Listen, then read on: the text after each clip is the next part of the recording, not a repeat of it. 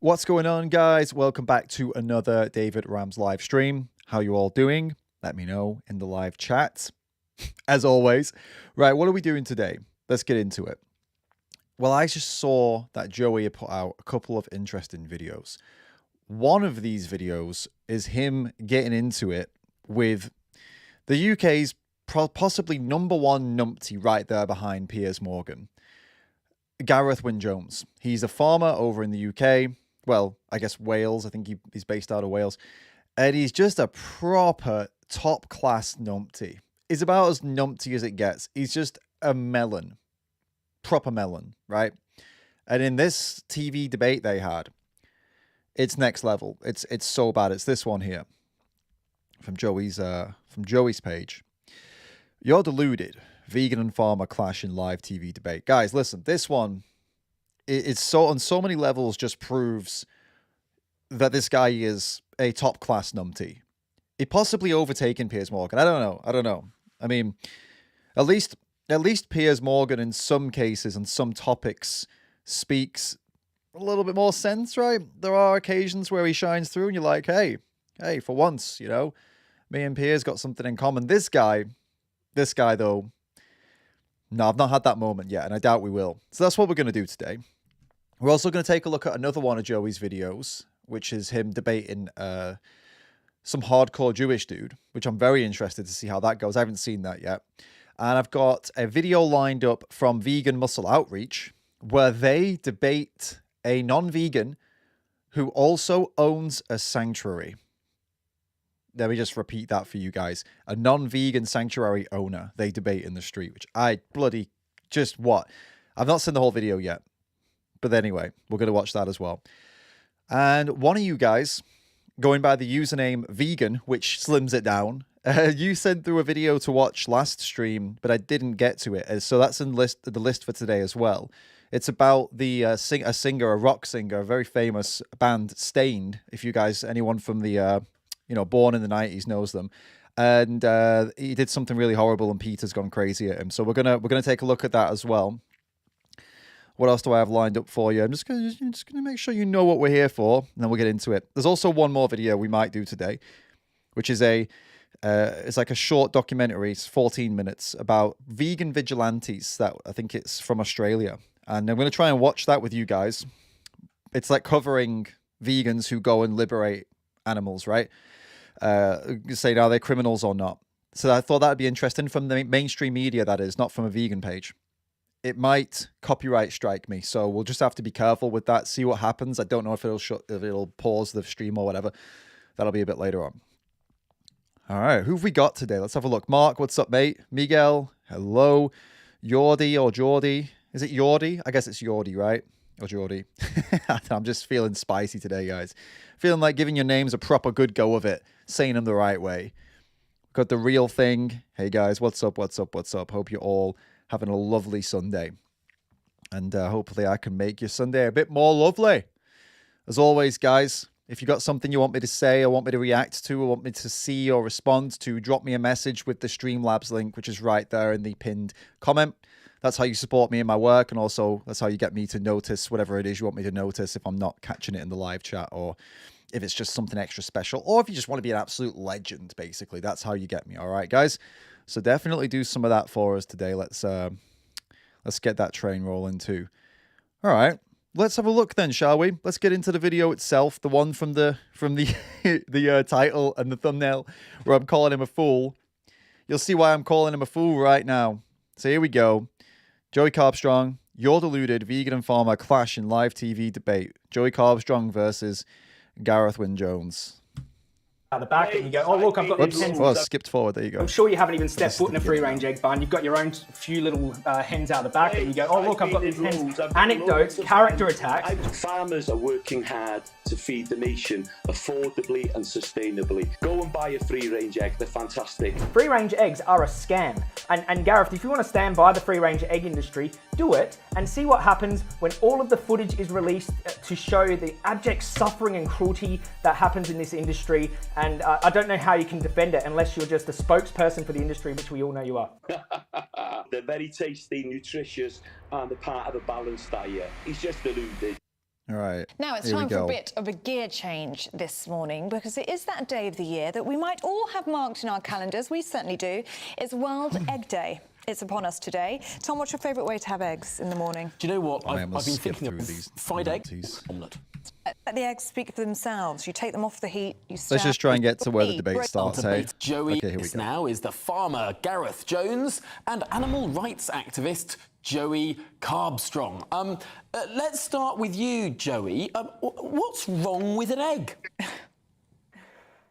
Thank you very much. Well, eggs are an interesting one because a lot of the cruelty and suffering is actually hidden in the egg-laying barns or the parent breeder sheds or in the hatcheries, where they start at the hatcheries. They come from a parent breeder shed. These are the egg layers.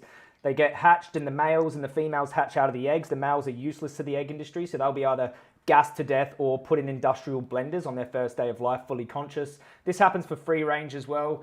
The female chicks go off to egg-laying barns where they've been selectively bred to produce around 30 times more eggs than their ancestor, the red jungle fowl. This increased laying, this is one of the worst things about the egg industry. Free range, organic, all of this is the same. The increased laying output puts enormous strain on their bodies. They lose calcium, nutrients, lose their feathers, become egg-bound, suffer painful prolapses. I've seen these, investigated these myself. Oh, you see him smirking. You see that?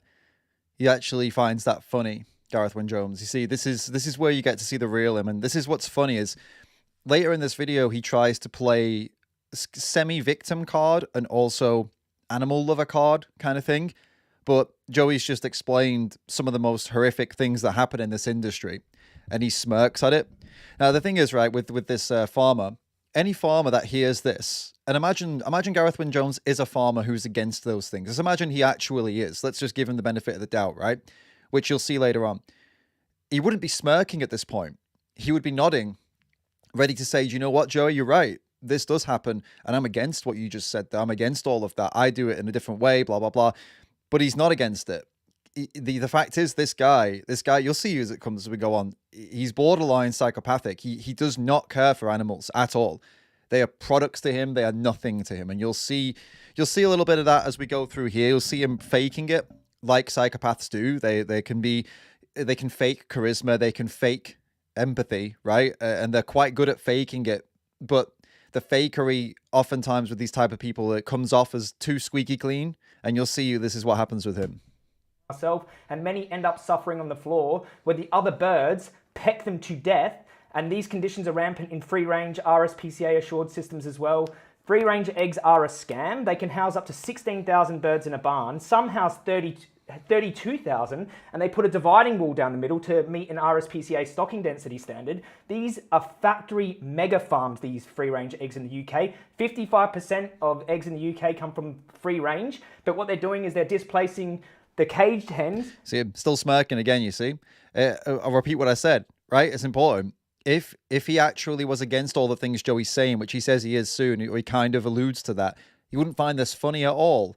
He would actually be concerned. He would be serious, right? But he thinks it's hilarious because he just doesn't care about chickens, doesn't care about animals at all, which is a horrific thing to be a farmer and to have this kind of disdain for living animals. To free range and creating another demand problem. And these birds, what happens at the end of their life, around 18 months, they're all in horrible condition and they get grabbed by catchers. They throw them into crates, break their brittle bones, and send them to a gas chamber to be killed, or non-stun halal slaughter to have their throat slashed. And this is all for an egg on your toast. I think it's completely unjustifiable. You see, they asked him, what's wrong with an egg? And he literally turned every single stone to explain every single aspect of what's wrong with eating an egg. Everything that Joey just went through, every single stage of that is what you fund, is what you pay to happen. You're responsible for that if you pay for eggs at the supermarket. That is what they do to get those eggs on the shelf. So what you'd expect how to go from here would be, Gareth would say, maybe if he's against those practices, he'd say, hey, look, Joey, I don't agree with those practices either. What you just described is, I think that's wrong. I think we should do it this way, that way, this way, and actually show some empathy. But that's not what you see. Okay, Gareth Jones, I can see you're quite ticked off with that. But Joey's saying that it's not ethical. There's a strain on animals, no such thing as free range. What do you say to that? Well, I've just been to let my free-range chickens out and they wouldn't come out of the shed. I wonder why. Because it's raining and chickens don't want to go out in the rain. Right. What's that got to do with anything that Joey just said, that you have chickens in your farm and you have like a small amount of chickens at your farm and they don't go out when it rains? What's the relevance here? Let's see if he gets to it. It's just that the lovely feed. I've just collected the eggs. They're happy as Larry. They love it. You know, we have 20 odd birds here that produce enough eggs for us as a family. That's sustainable. So he's doing backyard chicken egg farming, right? He has done what some people do in the world. They go to get chickens, right? They keep them in their own garden and they eat their eggs. It's still not right. It's not a good thing to do. These chickens were still bred and you're still being bought and traded as if they are just products, and then they're being kept as long as they make eggs, and then their bodies are brittle. Like Joey was saying, their bodies are still brittle from laying too many eggs. They still have all these health issues, so it's still not good. Backyard eggs is definitely at the lower end of the pile of things that we need to get sorted out in terms of helping animals, for sure. Industrial egg farming is number one, obviously, right, guys? But why would he bring up backyard eggs, his own backyard chickens, when Joey's talking about the industries that 99% of the population pays for? Why would he do that? Because he won't argue against what Joey said, right? Because he knows it's true. And if he disagrees with it or goes against it, his farmer mates are going to be upset with him. So he won't say anything against it. And also, let's take a step back from that. He doesn't even care anyway. He doesn't see animals as anything but products. So he doesn't care about what Joey just said. He doesn't care about animals whatsoever. He's got all his farmer mates behind him. Doesn't want to, even if he did care, he wouldn't say anything because he'd rather have them as friends rather than speak against all of this stuff. So here's what we get. We get this borderline psychopathic, obnoxious D-bag. That's what it's all about. You know what? Affordable food comes at a price. And Joey, you know what, little Joey, honestly, he always makes me laugh because he comes out with these massive, massive stories. But the majority of the people in the UK will be eating eggs every morning. So he thinks Joey's funny because he comes out with these stories, is what he said. Now, what Joey's coming out with is literally the facts of the industry that you fully back and go out and you are a spokesperson for. Like, Joey knows more about these industries than most farmers know about these industries. Joey's visited more farms than probably 99% of actual farmers. So, no, it's not little stories, but you see what he's trying to do here is trying to condescend Joey to make Joey look stupid. And you'll notice now, I'll give you a spoiler alert on what this guy's going to do for the rest of this interview, for the rest of this debate, right? This scumbag, Gareth Wynne-Jones, he is a scumbag, by the way. This is hands down. This is not, I'm not saying, let's just say something here, right? When vegans say certain, like, farming in general is wrong, farming animals is wrong, right? We don't automatically assume that every single animal farmer is a scumbag or a psychopath. That's not been the case in my experience. There are many, many reasons people do this and get into these industries, and there are many coping mechanisms they run to justify what they're doing and try and to distance themselves. And there's lots and lots of moving parts in how a farmer can do this to animals and how people can kill them and all this stuff, right? This guy is an example of an actual scumbag farmer. They're not all like him, but he's an example of one. And throughout this interview, what he's going to do, he's going to try to undermine what Joey said, try to play it off that Joey's making up stories, right? Because he's appealing to the majority of people watching this who will be eating eggs. They want to believe Joey's a liar. They want to believe Joey's blowing it out of proportion so they can keep eating eggs. Gareth Wynne-Jones, does this, gives those people what they want, and because they have a bias towards listening to him over Joey, they won't need any evidence. They won't need any actual substance. All they'll need is a voice like Gareth going, guys, it's fine, it's fine. You just keep doing what you're doing. Everything's okay. Ignore Joey, everything's okay. They don't need to hear anything more than that. So he plays, that's the card he plays. It's pathetic. You'll see now. Every evening and every night. He's a small, small minority. And do you know what? He's not even growing any of his own food. He's eating processed rubbish, travelling around takeaways, trying to bring down the livestock industry. You know, he That's a shouldn't character even get the attack. time Why don't you today. focus on the No, point, it's not Gareth? character That's attack. that's complete Listen. character attack using anecdotes. I've got these egg layers in. Statistically, look at the statistics. I'm sure you haven't even stepped foot in a free-range egg barn. You've got your own few little hens out the back, and you go, "Oh, look, I've got these hens." Anecdotes, character attacks. Focus on the issue. I've just done an S4C program, okay, where we went on to a fantastic, brilliant free-range egg farm where they were feeding. No, listen, there's hundreds of them. And how many have you been in? How many have you been in? He's been into one farm, and he's like, I went into one farm, and it was amazing. Did they know you were coming?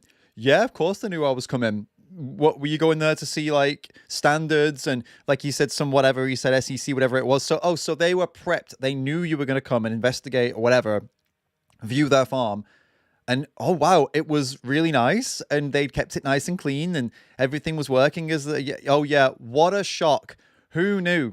You see, Joey is an investigator. Joey goes to these places in the night when they don't expect him to be there. You go on his channel, you can see all the videos from where he's done this, and when you go when these people aren't expecting you, that's when you see the reality of the day-to-day of what's going on in these farms. That's when you see the truth. Not when they've prepped for probably a week solid for your visit, making sure everything is as clean or whatever as it could possibly be. Getting all the injured animals and probably killing them and trying to make sure, check everywhere, make sure there's no dead ones anywhere. Let's make sure it's all, you know, as good as it can be, right? That's what they do when they know you're coming. When they don't know you're coming, there's injuries, there's death, there's disease. It's an absolute state, right? Unless you arrive the day after they do a cleanup, which is just like an unfortunate thing. But most days of the week, most days you go to these places, this is what you see, and Joey's seen it firsthand. Gareth Wynne-Jones hasn't, and he knows it. He knows, though. He's not an idiot. He is operating with these people, these farmers that have places like this. I am 100% certain that he's been there and seen it, but he will never say that because, as I said, he doesn't care. You just want to look. You're not even. You're a sheep farmer. How many have you been in? Gareth, if you stop there and just let Joey come back to you there. Joey? Okay. Well, look, Gareth is a sheep farmer. He's a mouthpiece for the industry. He has vested interest in this industry. He looks after the interests of all his farming friends. The egg industry does not value the interests of the animals. They are a product, and they use these free-range marketing to hoodwink good people like you two hosts who don't have any clue about what goes on. We're investigators. We see it on the ground. If Gareth knows what happens in the egg industry and he's still being a lying mouthpiece for the industry, then that's on his moral compass. That's on him. Now, I know exactly what happens. We've seen it. I've seen it myself. Oh, I'm very... So that's exactly what Gareth does. What Joey's just explained there is exactly what he does. He has become a mouthpiece for the UK farming industry. Whenever any shit goes down there now, they get him to come up and speak about it. Whenever they're looking for some kind of support against the vegans or whatever, they're going to him, and he's coming out and trying to rally up people to fight back or whatever. He is now completely and utterly a mouthpiece for that entire industry in the UK. Probably abroad as well at this point, or at least probably going to happen soon, that he's going to be more involved that way. Because his morals are for sale. As long as they're in the same industry as him, animal farming, he doesn't care about the animals. He doesn't care about the standard. He doesn't care about any of that stuff. All he cares about is that he keeps elevating himself and elevating all of his farming buddies. And I've seen on this guy's Twitter, you know, some of the stuff he shares, you should go and have a look if you want to see what he's about. He is a like I said earlier, he's an actual scumbag. I've seen him sharing videos of, there was one video where someone was sticking a lollipop in the asses of cows, right, as a joke, and then giving it to the mate, and he reshared that with like laughter and whatever. Like, what the hell is that? It's just disgusting. As a farmer who is claiming that he is all about, oh yeah, the animals are happy, blah blah blah, and he's sharing some video of some guy getting a lollipop and rubbing it on cows' asses as some kind of joke.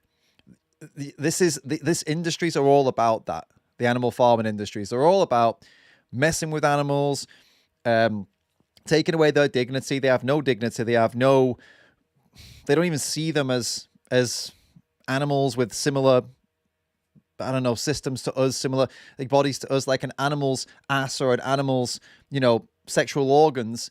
They're just things to be exploited to these people. They don't think about it like, how would you feel if someone shoved something around your ass without you giving permission? How would you feel about that? How would you feel about someone shoving their arm inside you? How would you feel about being injected with all different stuff without even having a say, being tied up? And they don't even think about it like that. They're like, no. These are animals, therefore, even though they have all the same things that we do, all the same organs and all these different things are similar to us, and a brain and eyes and blah, blah, blah. No, they're animals, so they're just things. This is how this kind of person sees it. And you'll see when you go on his Twitter, there's the kind of stuff he shares absolutely backs up that that's how he sees them. He's a proper sicko. Sorry that we're going to get Joey Carbstrong back, but we do still have Gareth Jones here. And Gareth, Joey says you're just a mouthpiece for the industry. What do you say to that? Honestly, the guy does make me laugh. You know, he can't even keep a conversation going. He's put himself off. Look, let's be honest with it. The majority of the people in the UK want affordable food. Farmers are here to produce food for the vast majority of people, and that's what we do.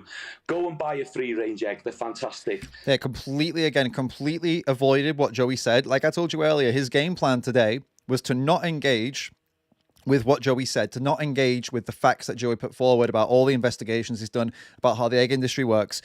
His plan today was do not engage with it because you cannot win, because he's right and he has all the footage, he has all the evidence, right? So instead, just keep on repeating the lie. Hey, look, free range is fine. People eat eggs. Keep eating eggs, people. Everything's fine. Keep eating the eggs. All he's doing is being that voice, and it's almost like what's the word I'm looking for? You know, in those movies where they have the people who are literally just paid to tell people everything's okay, you can keep doing what you want, just keep on doing it, everything's okay, and it's almost a joke, right? You know, when they do that kind of thing in certain movies, like the Don't Look Up would be an example of it, or other movies or other skits where they're mocking, you know, one side of an issue. That's him, basically. He knows for a fact that Joey's right. For 100% fact that Joey's right.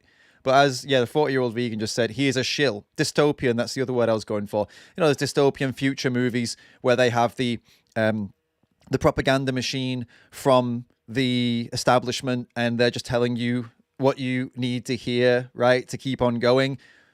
And then the activists and the resistance or whatever are just pushed down, and they make out that the resistance is lying. Oh, the resistance are they're just silly little people. They make me laugh. Yeah. No. This is the way it is, right? And it's all a complete shill tactic to have people watch this, be concerned with what Joey's saying, but then immediately, as I said, it's a tactic to make people go, oh, what Joey says makes me uncomfortable. It means I have to stop doing what I like.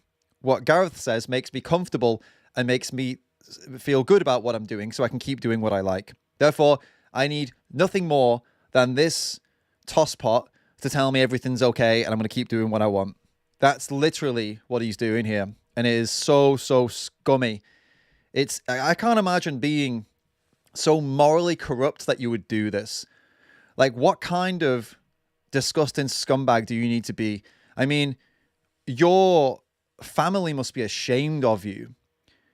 I mean, I guess his parents aren't around anymore considering he's old, but they'd be ashamed of you if you went out and did this, knowing you know full well that what you're saying is lies, and you're doing it just for money, just for yourself and just for money. You're standing there, sitting there, whatever, in front of someone who genuinely cares, who's doing genuine work to try and change the world and make it a better place, and you are pushing them down and pushing them back for your own selfish gain.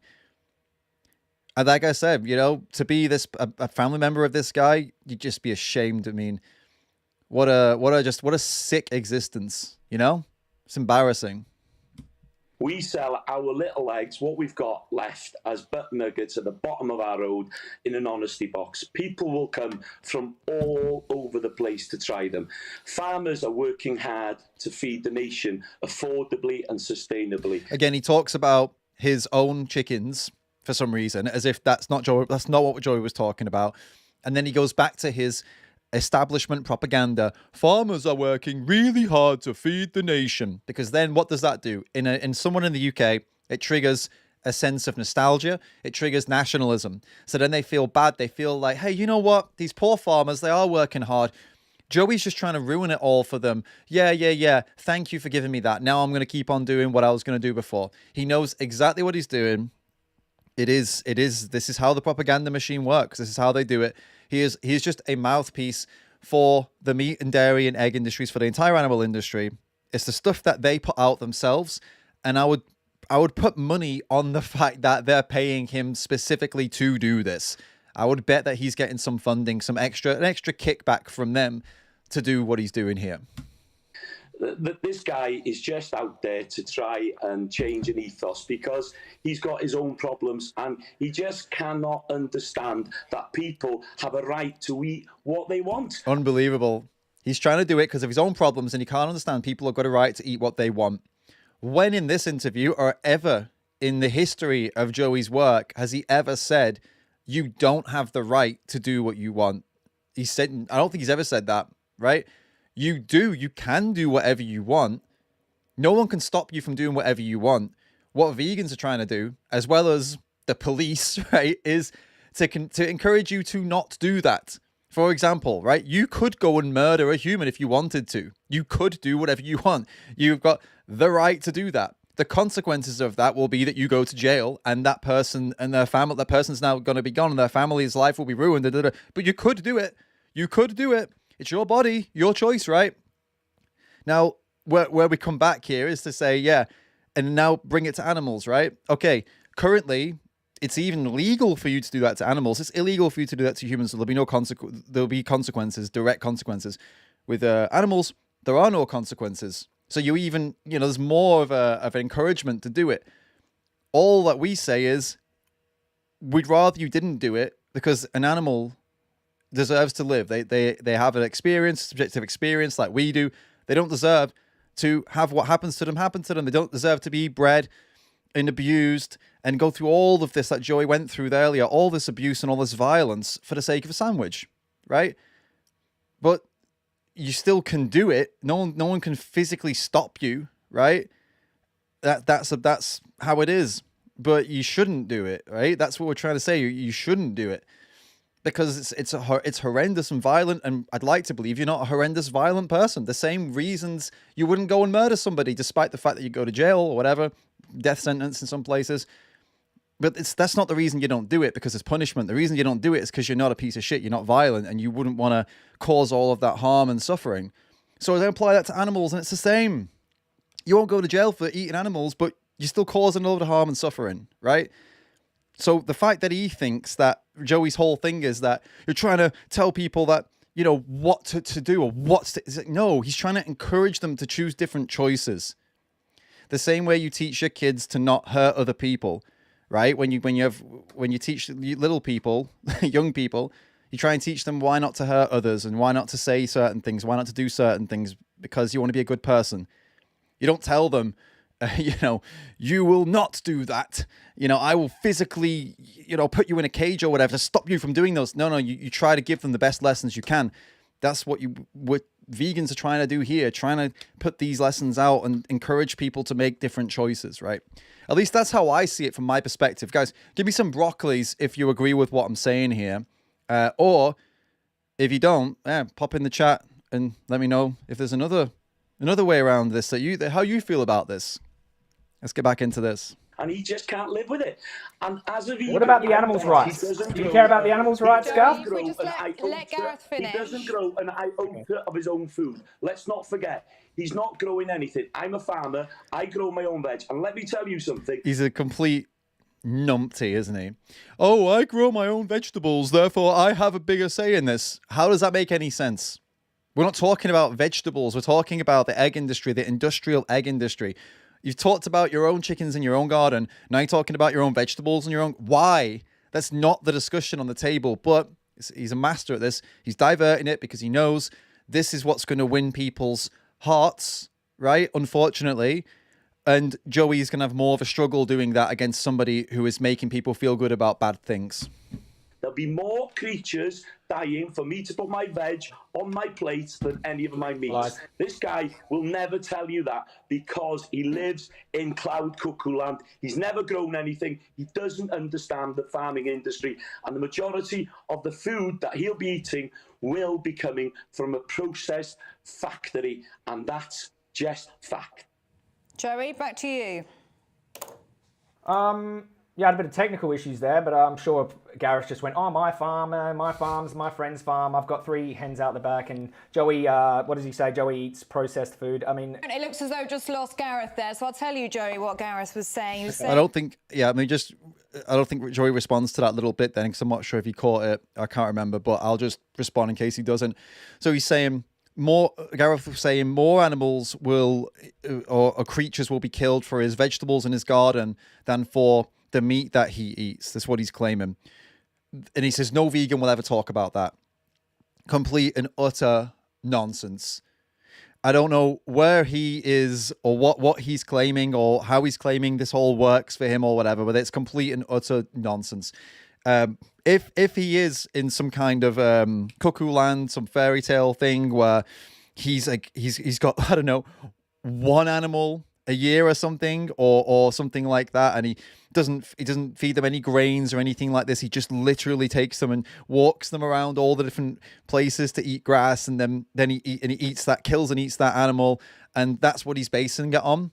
Then it's okay. You want to try and make everyone in the world do that? No, it's not going to happen, right? So if that's what he's claiming, that's a stupid thing to say, because yeah, it's not going to happen for like the population, right? The reality of the situation is 99% of the population is eating animal products from mainstream industrial practices, the big, massive industries, right? And what do they do in these big industries? They mass breed billions of animals. They feed them with tons and tons and tons of crops, which they grow specifically to feed those animals. The crop production itself, people have to protect those crops, right? So they do crop protection methods. They kill the potential competitors to the crops, right? Different animals, different critters, different insects with the pesticides, all that kind of stuff, right? Then they feed all those crops to those animals. Then they kill those animals and feed those animals to people. And there are, well, it's estimates of like 70 to 100 billion of those animals every single year that this is happening to. Think about how much crop food they must be eating. The 70 to 100 billion animals. So then we've got humans. We're about 8 billion, right? So we can grow crops to feed 70 to 100 billion animals a year, okay? And the argument is that we can't grow enough crops to feed 8 billion, and if we did, we'd be killing more animals somehow. Yeah, no, I doubt it. I doubt it. And it's not just that I doubt it, it's literally been disproven. You can go and check it out if you wanted to run a Google for, I'll tell you, I'll do it live for you right now, so you guys can check this out if you need to. Run a Google for crop death by animal product, including death by animal product, including crops, I think it was. There you go. Surge activism debunked. Do vegans kill more through crop deaths? You can go down to here. There's this really interesting graph, which people should totally check out. Am I showing you this? Yeah, where are we? 1 minute. Where's the graph? There it is. There you go. There you go. Number of animals killed by slaughter and harvest in 8 food categories. So you've got the red is slaughter and the orange is harvest. So chicken, there you go. Eggs, beef, pork, milk, vegetables, fruits, and grains down there at the bottom. See that? So there's a chart for you. And there's an entire article about that as well, guys. So you should totally check that out if you haven't done already. This is put together by Surge. Debunked. Do vegans kill more animals through crop deaths? That's the article. You should totally check that out and have a look at all of the sources and stuff like that. They took the sources from the which one was it? They got it from like a stats website that is impartial. It's like a third party thing. It's not like a vegan thing, so makes it even more valid. So yeah. So what Gareth was saying there is complete nonsense as usual. Maybe in his specific case, or there are some tiny specific cases where they live in a Goldilocks situation where they've got this setup like that, But no, the majority of the world, like 99% of the world, lives and uses the exact systems that I just showed you. So no, complete nonsense. But this is his MO today. This is what he's doing here. He's cherry picking his own back garden and his own specific life, which is different to 99% of people, and using that to try and encourage people to keep eating eggs and keep eating animal products for some reason. Why would you do that? Here's another point, by the way. If he genuinely was concerned about animal deaths, and that's why he lives the way he lives, imagine that's his situation. I live this way because I've reduced my animal, death down to this absolute minimum, and I'm really passionate about this. Then he would be agreeing with Joey if he cared. He would be saying, you know what, Joey, you're right. Most people around the world don't live like me, right? I want to create a world where everybody can live like me, so we can really minimize this. I agree with you. The mainstream industrial egg farming is wrong, Joey. I'm with you. I'm not part of that. See, I do it this way, and I'm an advocate, but he doesn't do that. Why? Because he doesn't give a shit. This is what people need to get into their heads. This guy is a complete and utter fraud, a complete and utter corrupt, immoral piece of garbage. And he just uses these arguments that he doesn't even believe in to try to encourage people to keep spending their money on animal agriculture because he makes money off of it. That is it. There is nothing else to it, and it's disgusting. Said that a couple times now, but it is, guys. It is disgusting. Dominic, thank you for the super chat, mate. It didn't pop up for some reason yet. Maybe it's on its way. But do you think Joey should use the slander legal approach after some of these interviews? This farmer heavily insinuated Joey has mental health problems to explain why he cares about animal welfare. That's a good point, Dominic. And thank you for the super chat, mate. I mean, potentially, yeah. It's something that he could go down the route of because, yeah, he does these interviews and they do tend to go after his character and after his mental health. There you go. They've popped up now. I think he probably would have some kind of case on that, to say something about that. But I don't know if he would want to do that. I mean, it probably wouldn't come off too well for him and his image to be taking legal action on on an interview. But yeah, you've got a good point. Maybe Joey could look into something like that. I don't know. Thanks again, mate. Thank you, DJ Lernal, for the tip. Legend, appreciate it. And also, welcome to Jalen, who became a member, YouTube member, just earlier on. And guys, remember, I recently did stand-up comedy for the first time. I don't know if I told you about this. I did stand-up comedy for the first time here in Helsinki, here in Finland, in Helsinki. And it was okay. I think it was pretty good. I don't know. I mean, intense for sure. A room full of Finnish people, which is, if you don't know, they're very introverted. And I had a meat eater right there in the front row as well, because it was a vegan comedy night, but there was at least one meat eater, so I roasted him. And if you're a YouTube member or a Patreon member at the Meat Flake Challenger level or up, then you get access to the full set. It's right there in the Patreon. It's right here on YouTube right now for those people. That's about 22 minutes long. So I think I'm pretty happy about it. So I think you guys would be too. And you get to see me try stand-up comedy. Vegan stand-up comedy, by the way. A lot of vegan jokes in there. So go check it out. Become a member and or a Patreon member and go and have a little bash on that. Let's dive back in. Saying that more animals die as a result of getting your vegetables on your plate, that it's processed food that you are eating, and you don't understand the farming industry. What do you say to that? Well, I have a very deep understanding of the farming industry, which is why I'm so passionate and about it. And Gareth uses anecdotes and not statistics, and he doesn't go into these farms and investigate them himself. Now, the claim that more animals are dying because of crop production or crop protection is an abject lie, and he doesn't have any data to back it up. He's just making baseless claims. Now, it takes on average 10 times more crop calories to produce the same amount of calories from animal products, and 40% of the arable land in the UK is used to grow feed for livestock. It's so funny that he sat shaking his head when we've literally just proved it. I've just shown you the resource to go and look at yourself and to prove that he is lying. But this is what he does. It is all part of his image. It's all part of his game today, is to not take Joey seriously on anything he says, make the smirks, shaking his head, telling people just keep going, guys. It's just indefensible, pathetic. They grow crops to feed to animals. They harvest crops to feed to dairy cows and to egg-laying hens. This is about the egg industry here. Now, a lot of these crop deaths are not deliberate. They're combine accidents, which is not a deliberate rights violation. or their crop protection. Crop protection is required to prevent global starvation. Now, not everyone can have a house that was passed down to them to have their Welsh lamb on there and to have a little plot of land out the back, which Gareth sits there with a gun shooting rabbits because he eats the rabbits. Now, he claimed this is just an appeal to hypocrisy. Focus on the point of what I'm saying. Free-range eggs are a scam. And Gareth, if you want to stand by the free-range egg industry, do it and see what happens when all of the footage is released to show the abject suffering and cruelty that happens in this industry. And I don't know how you can defend it unless you're just a spokesperson for the industry, which we all know you are. Gareth, are free-range eggs a scam?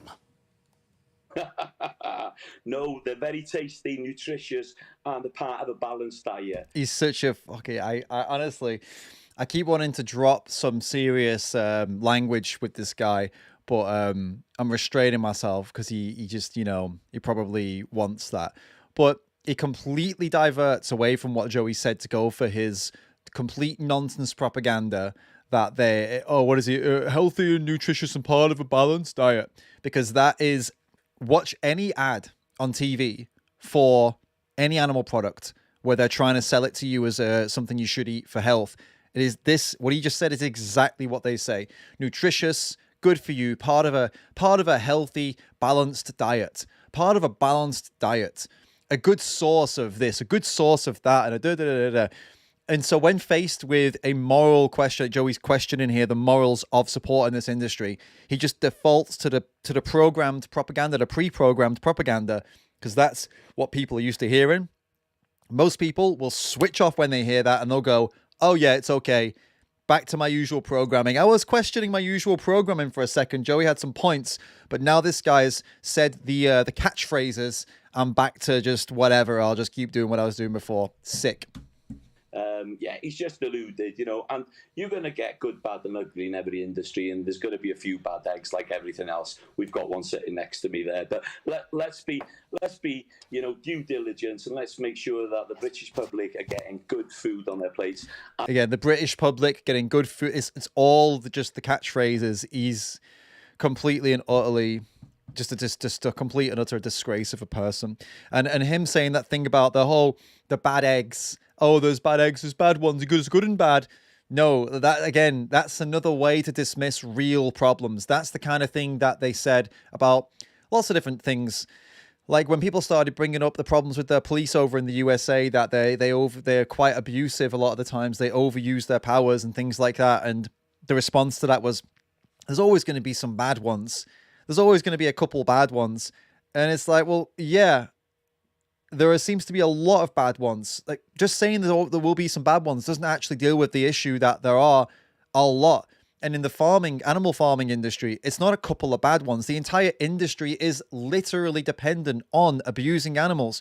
So no, the whole industry operates in an abusive way, right? But Joey knows this. I know this. Anyone who's been in a couple farms, even more than one, like a couple farms spread across an area, or just looked at the footage that investigators have gotten from randomly selected farms, knows the standard is disgraceful. The standard is violence and abuse and disease and injury and death. That's what we know. So just to say it's a couple of this, couple of that, it's just a way of diverting away and dismissing the real problem. And an egg is one of the most nutritious things you'll get. If you want to be big and strong and healthy, get your protein in, get proper food in you. Yeah, look for hilarious. Yeah, sure. No, for sure. He's right there, guys. The eggs is that's where you get all the nutrition. The way to get big and healthy and strong is definitely to be eating eggs.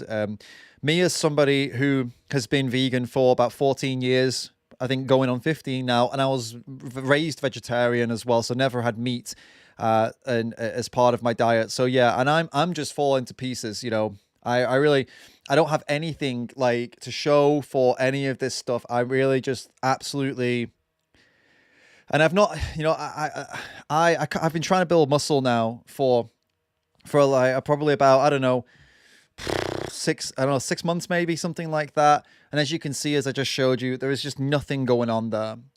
I was quite slim, skinny before, wasn't really focused. I was more of a runner, and it's just so. I was about 72 kilos, and now I'm almost 90 kilos, right?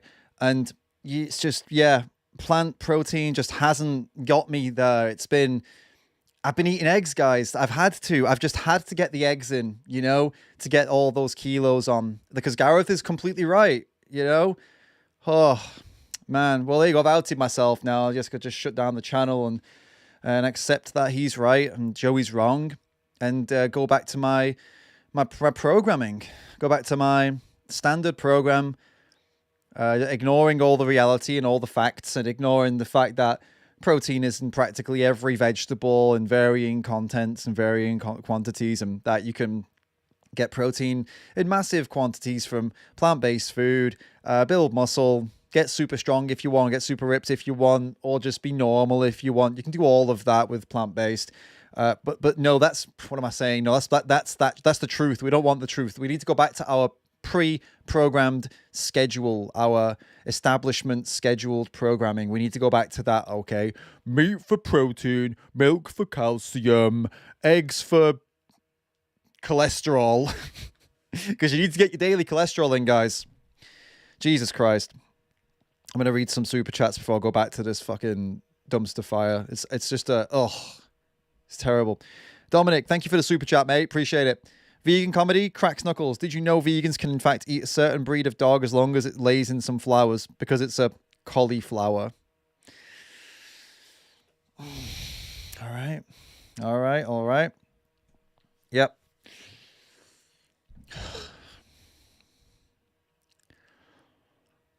I feel sick. No. Just not having that, mate. Dillian, thanks for the tip, mate. When I was young, I'd never believed when some hypno guy hypnotizes someone to fall in a trance when a certain word is said. Now I realize how realistic that actually is. Just throw a bunch of propaganda words and everyone switches their brains off. Totally right, Dillian. That's literally what's going on here, and he knows it. And you know what? This Gareth, I think he knows it. Do you know how I know? Do you know how I think he knows it? I think he has been trained by some meat industry, whatever, animal industry funded marketing guys. These people that understand human psychology and all that kind of stuff. I reckon he's been trained by them, or he's paid for it himself, or whatever. And but I would say they've paid him to do it, and that's how he knows to do this. Because your average farmer isn't anywhere near as proficient at propaganda as him. He's trained. He's like, he's media trained. He's got a very specific structure. It's play down what Joey says, undermine what Joey says, and then repeat propaganda, catchphrase, slogan. Then Joey says something, downplay what Joey says, undermine Joey, catchphrase, slogan, and it just repeats like that. It's almost, well, he's been trained. There's no doubt about it. He's been trained. Whereas you can see Joey doesn't have that training. Joey's not been media trained. He's media experienced, but he's not media trained because he doesn't follow any structure here. He comes in, he tells people the facts, he listens, he responds, tells more facts. He's actually there as an individual, as a professional, to have a real conversation, not just to smash out some sound bites or propagandize for his cause. Seasonal food. Look for food that's produced on grass. My chickens are having our own grain. We've got our own grass out there. They're out there eating insects. They're having a lovely life. And, the eggs taste exactly how they should be. And this is how we should be going forward. Let's see Joey growing some of his own food. Let's see Joey out. Can I interject? There's no, again, it's all about, it's individually Joey, undermine him, make everybody think that his words are worth less because he doesn't grow vegetables, even though most people don't grow vegetables. So does that mean nobody can debate this unless they grow vegetables? What an idiot. Getting an allotment. He's not going to do that. He's going to sit in his ivory tower, whatever he is, and he's going to go around trying to slate people. And some people can't afford. Can I interject, please? Some of the. Well, gentlemen, we started with Joey. We're going to end with Gareth. I'm afraid we've run out of time, but I hope that you both feel you've got equal time here to put across your cases as you have done in a spirited way. Thank you both, gentlemen. Yeah, passionate debate on both sides there. What do you think at home? gbviews@gbnews.com. Yeah, so Gareth Wynne Jones, I don't grow my own food. I don't have three birds out the back, which he said they won't go outside. Then he said that they they're actually on the grass, and he doesn't have a clue about the egg industry if he thinks these birds are on the grass. They can't even make their way outside because their stocking density is too high. The birds protect, they're very territorial, they don't let each other go outside, and with bird flu they leave them all inside anyway. Gareth has no idea about the egg industry. It shows, all he keeps saying is, look at my garden, look at my birds, I've got 20 birds here that give us eggs. Like, what's that got to do? I disagree with what Joey just said, that Gareth's got no idea about these industries. I think Gareth has a very, very, very good idea of these industries. He's not been to many of these farms himself, but I'm pretty sure he knows that this stuff is going on. Because even on his sheep farm, there are horrors. On his own farm that he does with those sheep, there was that video I showed you guys where he ripped the skin off of a dead baby sheep in front of all the other sheep, and then got that dead sheep's skin and put it onto another sheep, like something out of, I don't know, some horror movie or something like that. So, you know, he knows that there's these things go on. He knows that there's disease, and he knows that undercover investigations happen. He's aware of it. He just doesn't care. So I don't think he can plead ignorance. I think he absolutely is competent in the knowledge of what goes on, but would just rather get paid to defend it and pretend it's not going on because he's completely, you know, morally corrupt. Do with the egg industry. And he said that eggs are nutritious. They're not actually nutritious. They're less nutritious than tofu per 100 calories, which is interesting, and contain twice the saturated fat, less protein than tofu as well. So I don't know what he means. It's like this nutritional powerhouse. It's actually not as nutritious as tofu per 100 calories. That's funny. It also, about an egg a day, you start to see definite health risk. So about an egg a day is consistently shown to increase risk of cardiovascular disease. Thank you, Dr. Matthew Nagra, for those facts. But yeah, again, Gareth is just incredible laughing stock, in my opinion. I just can't believe that well, I think he got more time than me then, actually. Definitely. Yeah. But he's They keep putting him on because he is the spokesperson for the UK farming industry. That's his paid job. I bet they go out to these organizations that represent farmers and they send him in because he's on the books, right?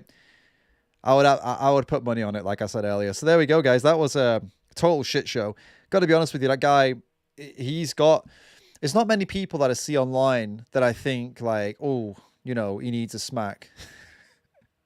I don't mean that as in, this is not a call to violence or anything like that, all right? But you know, there are certain people that have faces that are just slappable. He's one of them. And this, again, let's clarify here. Not that I would do it. I'm not for violence, right? Unless provoked. But yeah, he's got a very, very slappable face. There are a couple of people out there who have it. And I think when you add the fact that he just doesn't have any morals at all to the mix and is willing to go and do what he does and be this propaganda piece, it's really, yeah, it adds to it for sure. Really sick, really nasty.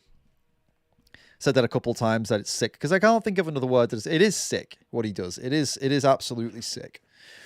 Right, so we've got a couple of videos to have a look at. Let's take a look at the this one here. This vegan debate sanctuary owner who eats animals. Should we have a crack on that? From Vegan Muscle Outreach. Oh my god. Oh yeah, we get ads now because I don't have YouTube Premium and YouTube threatened me. It was like, yeah, so I won't say what I was going to say there because YouTube might be like, oh, don't promote that. But you know, there are ways to not get ads, and now YouTube is like, nah, sorry, mate, you can't do that anymore. So, yeah. So it makes it a little bit annoying when you're trying to stream, you know? So, but if you refresh, I guess they go away. Here we go. All right, so this is Vegan Muscle Outreach. Vegan debate sanctuary owner who eats animals. Before we dive in, I see Dominic just dropped a little super chat. Thank you, Dominic. And it says, I have to read it. When I'm doing this, I'm reading it in the chat small because it's not popped up for me yet, but we'll do. Joey raised the issue of farm footage. Do you think he should have been more aggressive on this, saying that if he's lying, why are you not putting farmers... Why do farmers not put all their farm footage online to prove him wrong? Yeah, I mean, you got a point. in that, Dominic. I think I wouldn't say it myself to say, let me think. So I wouldn't ask that farmers put their footage online to prove us wrong, because they can always just make sure for that day the footage was good. But it's also like, I don't like the idea. So if we're speaking, okay, most people will look at farmers, and because of the way that things are set up, farming currently is a business. It's not a moral issue, because the animals are currently legally, and by most people, not even seen as the same as a dog or a cat. They're seen as products. So for us to start saying, oh, you should have a constant stream from your farm or this or that, it's equivalent to saying in some private business somewhere, some office, like, hey, you should stream the inside of your business for everyone. It's kind of like, it's not a good precedent to set in general. But it is like, if you're so confident, I guess that's what you're saying is if you're so confident, why not do that? But I've seen some vegans say, well, it should be like a legal thing that you have this and it's released to the public or whatever. Which in a world where we've actually changed the laws and things have changed a lot, and animals are now being seen in a, how do I put this? Okay. I guess what I'm trying to say is I don't want to fall down a slippery slope where we end up saying no business anywhere has a right to like privacy. And that'll be the defense that they have currently. Although I would want that for sure. There's some steps that need to come before we would demand that. They need to start seeing animals as more than products for that to be something that would make more sense, if you follow my drift. But yeah, like you said, anyway, back to your point, I think I'm thinking about something that you've not even said. Farmers, if they are so confident that their places are so good, whatever, then yeah, that would be a good way to prove it, to have some kind of live stream, to have some kind of thing going on. I think that's what you were saying, and I agree. Yeah, why not do that, right? I guess what I was arguing was that I don't think it's a good idea to try to have that as a requirement, because it would lead down the slippery slope to other issues, I think, and it probably wouldn't go anyway because for the reasons I've said. So yeah. Where was it? Was that it? No, cool. Okay, sweet. Let's get back into this then. So we're now going to react to this vegan muscle outreach, vegan debate sanctuary owner who eats animals, which is insane. And to summarize what I was just saying there, by the way, I've not really thought too much about that point. So if anyone's listened to what I just said and thought like, oh, I'm not so sure about that, pop it in the chat. Maybe we'll come back to it a little later, or maybe I can bring it up on a topic for the Rams Den to discuss it in more detail with Lawrence. Meaning it could be actually an interesting podcast topic as to, okay, we want animal agriculture to change. We want it to stop. We want it to be plant agriculture. We want plant-based food system. On the way there, are there any pitfalls we could fall into which would mess things up in general that we need to be aware of? For example, something that could be great for animals and actually change the world for animals might be terrible in some way or another for society in general. And what can we do instead that would be better for all, kind of thing, and not lead us down those angles. So for example, more CCTV in and around these businesses would be good for our cause, but it would also allow governments to place more CCTV around watching our every move, which is not good. See what I mean? It's a bit more of a complex kind of philosophical discussion. So I think we'll do it on the second channel, on the Rams Den, which go and check out if you haven't already. That's where we have more of these kind of long form podcasts about stuff that's not necessarily, not always directly related to veganism and animal rights, but most of the time and sometimes is. All right, back to this. Let's get into this video then. So, will I be right in presuming you're vegan already? No. You're not vegan? No. Do you have any rescue, like cows, chickens? Yeah, things like that. But so you have rescue hens, and then you pay for other hens to go into slaughterhouses? Pretty much, yes. The moment you raise the gun, the animal stops being an animal. Well, it means I'm not going to eat any meat for the next 3 days. Maybe, or the next rest of your life, perhaps, maybe? Probably not quite that far, but the people who I notice are vegans, and I'm not saying it's all of them at all, seem to be narcissistic about it. This guy. Vegan seems to be narcissistic, huh? Got an animal Is it rescue. just me? Do you guys know who Chris Hines is? This guy is Chris Hines in like 20 years, basically. Yeah. When he's like no longer a vegan and an activist, and he's become a bit of a, yeah. They just look and sound similar, and but complete polar opposites almost in the way they see the world. It's quite Super. funny. Who do you rescue? Oh, well, anything, any wild animals, although it's turning into domestic things as well. Hand over animal rescue. Oh, amazing. Yeah. Super. That's really cool. What made you start that up? Well, my wife's a vet, and we're both from South Africa, and have bits of land over there that looks after animals as well. Oh, amazing. That's really cool. Yeah. Yeah, there's not enough rescues around. There's a lot. The sanctuaries get full, but the rescues, like, we need to like rescue the animal first, like move them around. We'll do both. We're mostly rescuing, but but Would I be right in presuming you're vegan already? no, You're not vegan? no. I'm find it, no, I don't think that's ever going to happen. But Right. I don't think it's ever going to happen. He You said, "What the hell, man? Why even?" Okay, let's see what Steve says. rescue animals, so you rescue some animals, but you pay for other animals to go into slaughterhouses. pretty much, How do you justify that? I've always eaten meat. It's just normal for me. I think that's it. Okay. And also, I mean, Where's the disconnect come from? Like, how are you disconnected? Like, do you have any rescue, like cows, chickens? yeah, things like that. But So you have rescue hens, it's part and then of you pay for other hens to go into slaughterhouses. Pretty much, yes. I mean, I grew up in the middle of the countryside and hunted for Sunday lunch. And the thing is, though, if you go, my upbringing, the moment you raise the gun, the animal stops being an animal. It becomes a ready-packed sort of Tesco's stamped piece of meat. Right. That's where the disconnect comes from. That's my upbringing. Wait, what? The moment you raise the gun, the animal is no longer an animal. They become like a stump of meat. That's where the disconnect comes from. Right. That's the... Wait, what? No, the disconnect... No, I think he's misunderstanding. The disconnect... Where's his disconnect? You've got animals that you save, and you've got animals that you gun down or go and buy in a supermarket.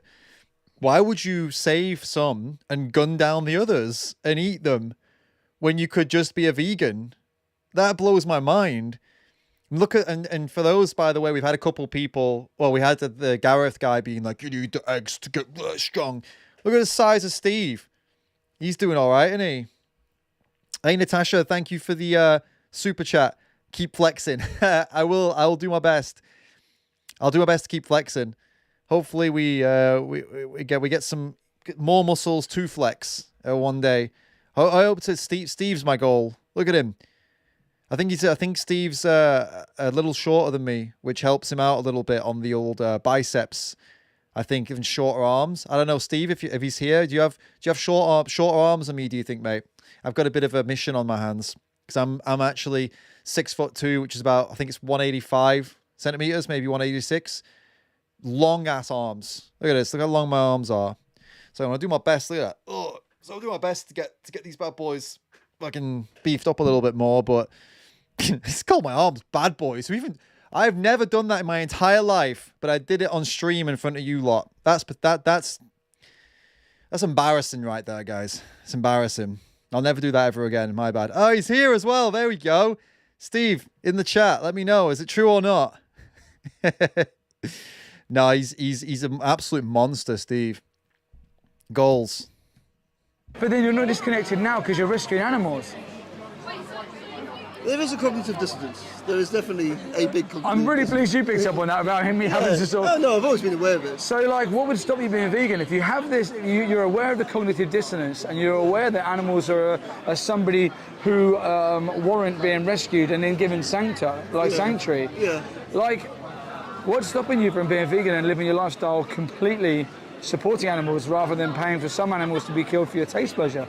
I suppose the cost. Oh man, did he just say that? Just grade 1 level bloody excuses. Absolutely silly. Cost. He's just said that he grew up hunting for Sunday lunch. Now let me tell you something, guys. Spoiler alert. That's not something poor people do. Right? Not in the West, at least. Maybe it will. In other countries, they don't have Sunday lunch. In the West, right, in the UK, there's only one type of person that goes hunting for Sunday lunch. And it's not poor people. It's people who can afford guns and the licenses and the ammo and their Range Rover and all this crap and whatever they have to pay to go on the land and do it, all this stuff. And it's a practice. It's a disgusting sport that only certain proportions of the society of the UK public does. And trust me, they're amongst the most privileged, rich, elite ones out there. So no, it's definitely not the cost that's making him decide whether or not to eat plant-based. Complete and utter nonsense. Well, but it's not even for 99% of people in the UK right now. I'll go out on a limb, say it. 99% of people, cost is not coming into the picture. The cheapest foods at the supermarket are plant-based, and if you want vegan specialist food, the excuse of it's too much is also crap, because every supermarket has their own line of vegan specialist food. So if you want vegan sausages, burgers now, it's the same price or slightly more. So the cost is not even a thing anymore. So absolutely ridiculous that he'd say that. Well, I see Vegan Muscle Outreach here in the chat saying I was lying earlier on. Let me, as a personal trainer, come on, Steve, work with me here. As a personal trainer, am I right or wrong on this, right? Is it true that taller people with longer limbs would find it more difficult to build muscle, or at least look more muscular, than shorter people with shorter limbs? Because in my experience, it feels that way. I've met loads of shorter, like stacked up dudes, and I've not met anywhere near as many ones that are tall. The tall, it seems to be a lot less common. Is this just like my random perspective, or is this true, Steve? Let me know, man, if it's true or not. Because as a personal trainer, Steve, you probably know the answer to that question. Not by any means am I undermining your impressive physique. Like I said, your goals. I'm just saying, is it harder for a tall guy to get as stacked as you? Yes or no? Let us know. Because you are shorter, right, Steve? By the way, I'm getting that right, aren't I? Sometimes I'm quite tall, so sometimes I feel like people are short, but they're not, or whatever. Let me know. I don't know. To get something with the protein. I also have a few medical needs. I need high protein and calcium. So he said he needs protein, high protein and calcium. So cost, protein, calcium. All right, Steve, let's go. the cost and protein, so obviously protein comes from plants, right? So do you think you can get protein from plants? Yeah, probably, but I've never looked into it. Okay, so maybe it's just a little bit of lack of being motivated to be educated to understand. That's probably, yes, very much so, actually. What about what you just said? Do you reckon that would motivate you to educate yourself to make better decisions? Well, it means I'm not going to eat any meat for the next 3 days. Maybe, or the next rest of your life, perhaps, maybe. I like how Steve's just like, all right, yeah, protein, calcium, whatever, cool. Just move on from it, basically, because you kind of know he's chatting shit. And I feel like, you can tell me if I'm right, Steve, I feel like the way Steve's dealing with this here, Steve is the vegan, by the way, and because I've not been clear on that on the left, I feel like he's just kind of, yeah, protein, calcium costs, yeah. We both know that's nonsense, so let's move on. Just, why are you not making an effort kind of thing? I think that's pretty good. Smart. Good. I like that. I appreciate that. See a super chat, and also Michael Streamlabs tipped. Thank you, mate. Haven't donated in a while, so hope this small amount helps. As we always appreciate you, Addy, and your content outreach. Thank you, Michael. Appreciate that, mate. You're a legend. A really, really big thank you from me. And I see that there's a super chat that I was looking at earlier as well. It's not popped up yet, but the name is Non. It says Non. Check out those guns, super biceps on David Rams. Cheers. I'm trying, guys. I'm trying to pack it on and, do away with the whole protein myth. So far, we're doing all right. Closing in on that 90 kilos target for now. And then we'll try and slim down again. And then we'll try and build up again. We'll see where we can go with this. So, but anyway, that's a whole other topic. We're not doing a health thing today, eh? Let's get back on here. Not quite that far, but... Why not? I know, it's too much of a change of habit. Do you think that we owe it to the animals to educate ourselves on their oppression and then make an educated decision? Yeah, definitely. I mean, I didn't realise things were that bad in England and legal. It's the legality of it that gets me. Yeah, well, we're only going to get like legal change or systemic change by affecting the demand, so that the supply will die out, and then eventually we'll get the systemic change from then, and hopefully get the legality side of things at the same time. You know, but we're only going to get to them systemic change points with people taking personal accountability of their own choices. Would you agree that they're supply and demand industries? Oh, definitely, yeah. So you understand that every time that you pay for meat, eggs, dairy, fish, wool, leather, whatever it may be, animal product-wise, you're funding them industries to continue? Yeah, makes sense. But in general, the only way you're going to get mass change is if the government gets involved. Well, the only way that's going to happen is by people... So this guy so far, he's been a bit of an excuse generator. He's gone cost, protein, calcium, and now basically the whole no ethical consumption and the capitalism type thing of it's the government's responsibility because we as individuals don't make a change, basically. So he's gone from personal excuse to the whole impersonal, but I can't do anything personally. It's not my place. God, man, come on. So silly. Hey, Daniel. Hey, welcome, dude, to the super chatting community. I clicked your name there and it popped up here because it's not popping up yet. Thank you for your first super chat. That's why I'm making a big deal of you, dude. First ever super chat on the channel. At least that's what YouTube's telling me. Is that true? That's really cool. If it is, let me just move this over so you pop up. There we go. So yeah, awesome. Thank you, mate. Welcome. I've decided to get Hench to stick it to the Bacon crew. Time to work on the bad boys. Big up, David, and Yanobia's approach to animal rights. Cheers, man. Is that it now?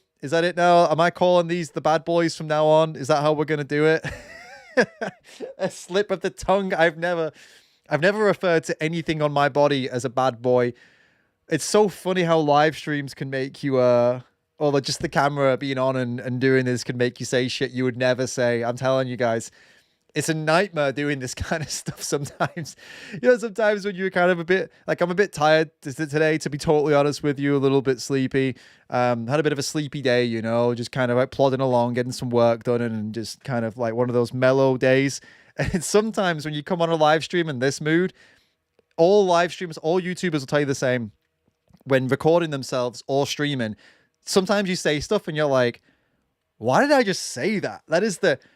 And you're like recording and you're like making a video, like making the Face the Facts Friday. Sometimes I'm like, what the hell was that noise I just made? Or why did I just say that thing? Like, what the hell? So yeah, but anyway, we'll roll with it. Daniel's rolling with it, so I guess I'll roll with it. They are now the bad boys. Cheers, mate, and thanks again for your first ever super chat. Legend. Love that. All right. Let's get back in again. Away from that topic. So yeah, he's just given that third, fourth, fifth, fucking whatever, 200th excuse. And this one is, we can't change it ourselves. The government has to. We're taking personal accountability. If you look at any injustice that's ever stopped, it's always come from grassroots activists and people taking personal accountability, and then you get a systemic change. But what I'm really interested in is, like, there's almost like Jekyll and Hyde here. There's two of you. You have the person who rescues animals, puts them in sanctuaries, cares for them, loves them, and realizes that their subjective experience is worth something. And then you have the other side of you that's saying, I've done this for a long time, I'm conditioned to kill animals. When I raise a gun, it just becomes a packet of meat, and I don't really care because I like the taste. Not so much the taste so much. Okay, what is it then? What keeps you putting animals in slaughterhouses? Just the conditioning? I think so, mostly. Okay. So do you think then, if we're conditioned, say, to be a racist, that it's okay to be racist? No, not necessarily. So do you think there's a similar thing, like they're both injustices that we should be aware of and then make a personal change? Yeah, that's true. So what's going to get you to make the personal change and connect and stop oppressing animals across the board? It's just interesting. I've never met someone that is literally on both sides of the fence at the same time. Well, it makes it more complicated that I'm Afrikaans. We're brought up as farmers. I'm of the what did he say? Different culture. Yeah, I mean, the cultural thing, all right. The English, we call ourselves Boers. Most of the world call us Boers, and the word Boer literally means farmer. Yes. That's it. Yeah. And I think that's largely it for me. But also, there's a certain image that goes with veganism. What is that image?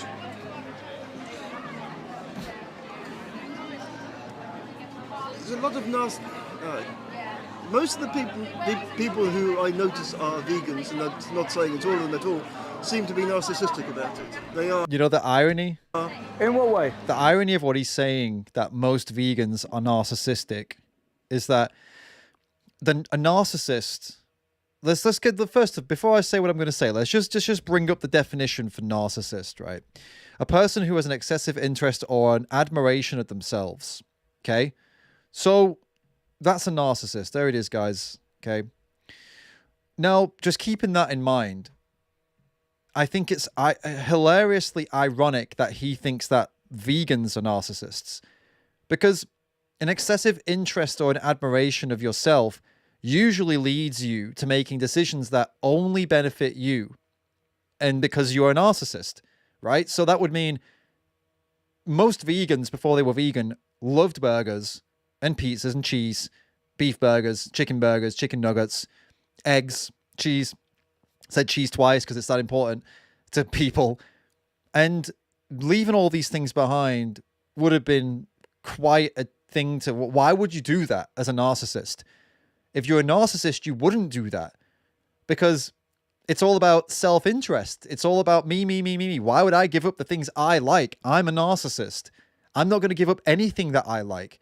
I will only do things that I like, that make me happy, and fuck everybody else. That's what narcissism can express itself as, and what mostly it would express itself as.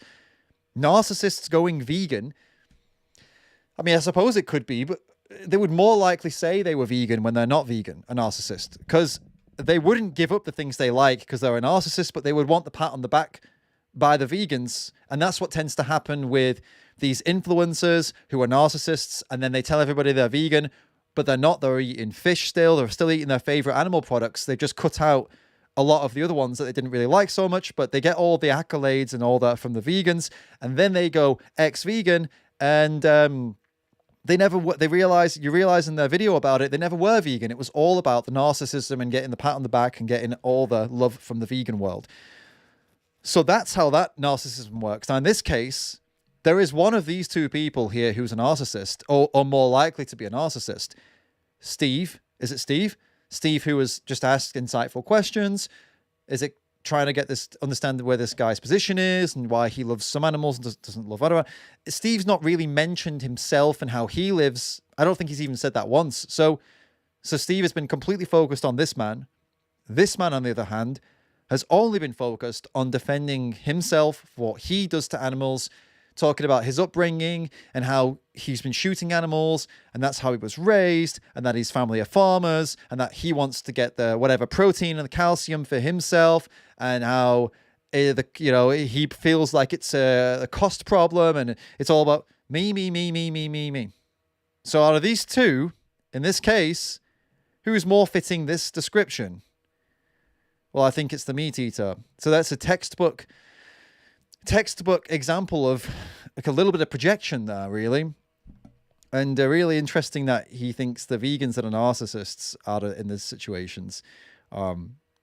Which I don't know which vegans he's seen. Maybe he's been watching videos from those people that I mentioned earlier who do say they are vegan literally just because they want the attention. That definitely can happen, right? Not saying that doesn't exist, guys.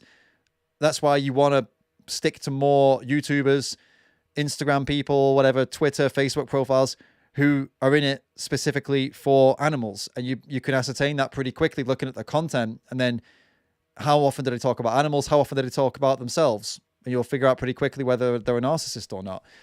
Really important, guys, for non-vegans, for meat eaters out there and vegans, be selective about who you follow online. Be selective about who you listen to. Don't fall into the trap of some narcissistic douchebag who's made a social media and managed to convince hundreds of thousands, maybe millions of people that they're actually a good person when in fact they're just a narcissist and they're lying about 90% of the things they put online. There are loads of those people out there. I find them pretty easy to spot, but maybe some people don't. Maybe this guy doesn't. Maybe that's what he's talking about. Making damn sure everyone knows they're vegan. I think it's more of a case that the vegans are standing up for a victim, right? Because it's narcissistic because they make sure everybody knows they're vegan. The reason vegans make sure everybody knows they're vegan, there's multiple reasons for this. First reason is because they want other people to stop abusing animals. That's a really common one, obviously. Second reason is because meat eaters and non-vegans tend to want to make everybody else do what they do. So, hey, let's go to a steak restaurant. The vegan literally has to say, I'm a vegan. Or a lot of vegans will preemptively let people know they've gone vegan so they don't end up in these awkward situations. So it's not narcissism. It's just part of living in a world where nobody else, or, most other people aren't vegan, right? No one else in these people's social groups are vegan. So they have to out themselves and say, I'm vegan, even if they don't want to. Otherwise, they're going to run into loads of problems. It's not narcissism, not always narcissism, Come on. At the end of the day, there is a victim in a slaughterhouse. Yeah. So vegans go around spreading the message and telling people about the effects of their choices because we're trying to save a life. Same the way that you will save an animal in your sanctuary. Vegans are out here trying to save all the animals that are in trucks on the way to slaughterhouses today. Yeah. So vegans will speak up against the injustice. I think that it's sort of part and parcel of being vegan. I think if you're vegan, you have a moral obligation to speak up for the victim. Yeah, makes sense. Do you see what I'm saying? Yeah, because we see there's a victim. Yeah. You're conditioned to not know that there's a victim, and you're conditioned to eat animals for protein. But when you realise and you see the truth, you realise there is a victim. Yeah. They have a voice, but we don't understand their voice. They scream in pain. You can see them in the videos. You hear the pigs in gas chambers. Gas chamber But video. they can't communicate for themselves. So vegans are trying to be their voice. They're trying to be the activist that gets them away. Yeah, I like that. I think, is that what would stop you being vegan? Because vegans are trying to save a victim? No, that's not it. It's just, images, I think. But, I mean, you don't even need to be... Okay, this guy, it's so strange, this idea, this... Okay, let's just put this into an example where most people can engage with. Because when it comes to animals, a lot of people are still struggling to grasp the messages that we put out about animals. But most people understand the messages when it comes to humans. Now, I don't know if you guys know, but a lot of you will know about me and some of the stuff I've talked about on the second channel, which I'll tell you about now, is that I've been a big critic of BLM, right? Black Lives Matter, the organization, not the movement, the organization themselves. They basically scammed the world, made estimated like $1 billion of donations across the world, blew it all on mansions and stuff like that, and now they're filing for bankruptcy. So they scammed the world off the back of a really horrible incident and used that to make a ton of money, basically, right? So if you didn't know that, then now you do, okay? That's like me saying, okay, now, so you know that about me. I've critiqued them. You know that I know this stuff, and I'm definitely against the organization. And I think, honestly, any sensible person will be. But now someone comes over to me and goes, hey, do you support... Are you a racist, David? Are you a racist? Oh, yeah, I am. Yeah. But why? Well, because, this organization, BLM, they did all that stuff that I just mentioned. So, yeah, I'm a racist. What?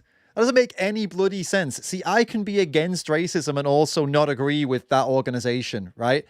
That's possible, and that's me. That is how I am. I am absolutely against all of the things that happened around that time, right? And I'm against violence. I don't like violence. That's why I'm a vegan. I'm against violence. I oppose it. Okay, so there we go. Right?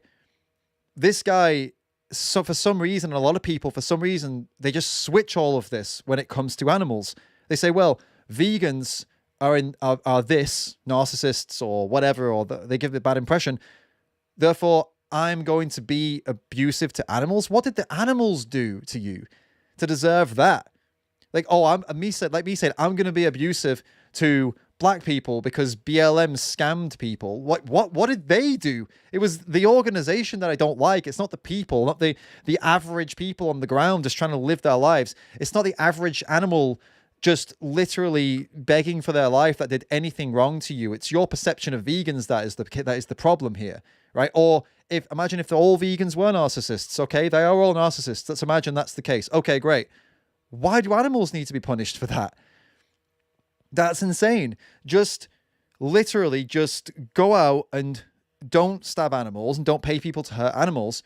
And you don't need to call yourself anything. You just do it. You don't need to call yourself vegan. You don't need to call yourself plant-based. You don't need to call yourself anything. Just go out and live life that way then. But yeah, too often you see people using this as an excuse for some reason when they'd use it in no other case, in no other situation would they act like that. Very silly. No, I think it's really mostly just down to conditioning and habit. Yeah. Habit. What can I ask? Like, when you're in your sanctuary and you see like your hens, you got rescue hens? Yep, 7 or 8. So when you're with your rescue hens, how do you feel like being with them, caring for them, and then going in and perhaps eating a chicken? Like, where's the thought? Can you explain that thought process to me? Because I'm really interested. In my mind, they're two separate things. Seriously, you see them as two separate things completely? Yeah. Wow. Yeah, Okay. that's it. What about? I think Steve has never come up with somebody who's so disconnected like that, or I suppose, I don't know, disconnected isn't even the right word. Just so, God, the words ain't coming to me today, guys. I need to get a B12. Annie, bring me a B12 shot, will you? No, he's just he's in two worlds at the same time, isn't he? Paradoxical would be is that the word? Paradoxical, where he's operating in two complete opposite worldviews at the exact same time, and he's doing it in completely unashamedly. He's completely confident that yes, it's just this and that's that. He's compartmentalized this to the point where it's just, how do you even deal with that? I mean, it would probably take a lot longer for Steve to crack through this, wouldn't it? I guess. After seeing the footage and seeing them as your hens in your rescue, and then seeing them go through the slaughter process and becoming, you know, what you're used to seeing in a supermarket, does that connect the two for you in any way? It does, yeah, it does for the moment. It's like growing up, we used to bump animals off, well, usually by shooting them. You don't. You see, you hear the euphemism there. Bump. We used to bump animals off. He says. Yeah, that's nasty, man. Why don't you say what you did? Why don't you specifically say what it is? You're killing them. Put them through all that crap they have to go through on the way down there.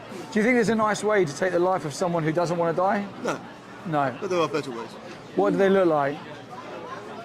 Well, once they realise what's happening, they're shit scared. Yeah. Well, yeah. Have you been to slaughterhouses? No. So we've been to slaughterhouses quite a lot, and you see them like shaking in fear before they even go in there. Yeah, they can Do you smell see it. them? Yeah, they smell it. We went to a slaughterhouse maybe 2 weeks ago, and a truck pulled up and stopped, and then drove off again. And the amount of wee and poo that fell out the back of the truck as it drove off, there was a trail. And we're talking maybe 40, 50 meters in, and the trail was all the way back out, where they're just in there shaking in fear. Yeah. I would say that there is no humane or ethical or nice way to take the life of someone who really doesn't want to die. Would you agree with that, or would you disagree? No, I agree. If they know it's going to happen, yeah, then it's I think it's difficult with what Steve is trying to do is with this guy. It's rough because he's being asked a lot of questions that he has to say yes to, otherwise he looks like he's a complete and utter nut job.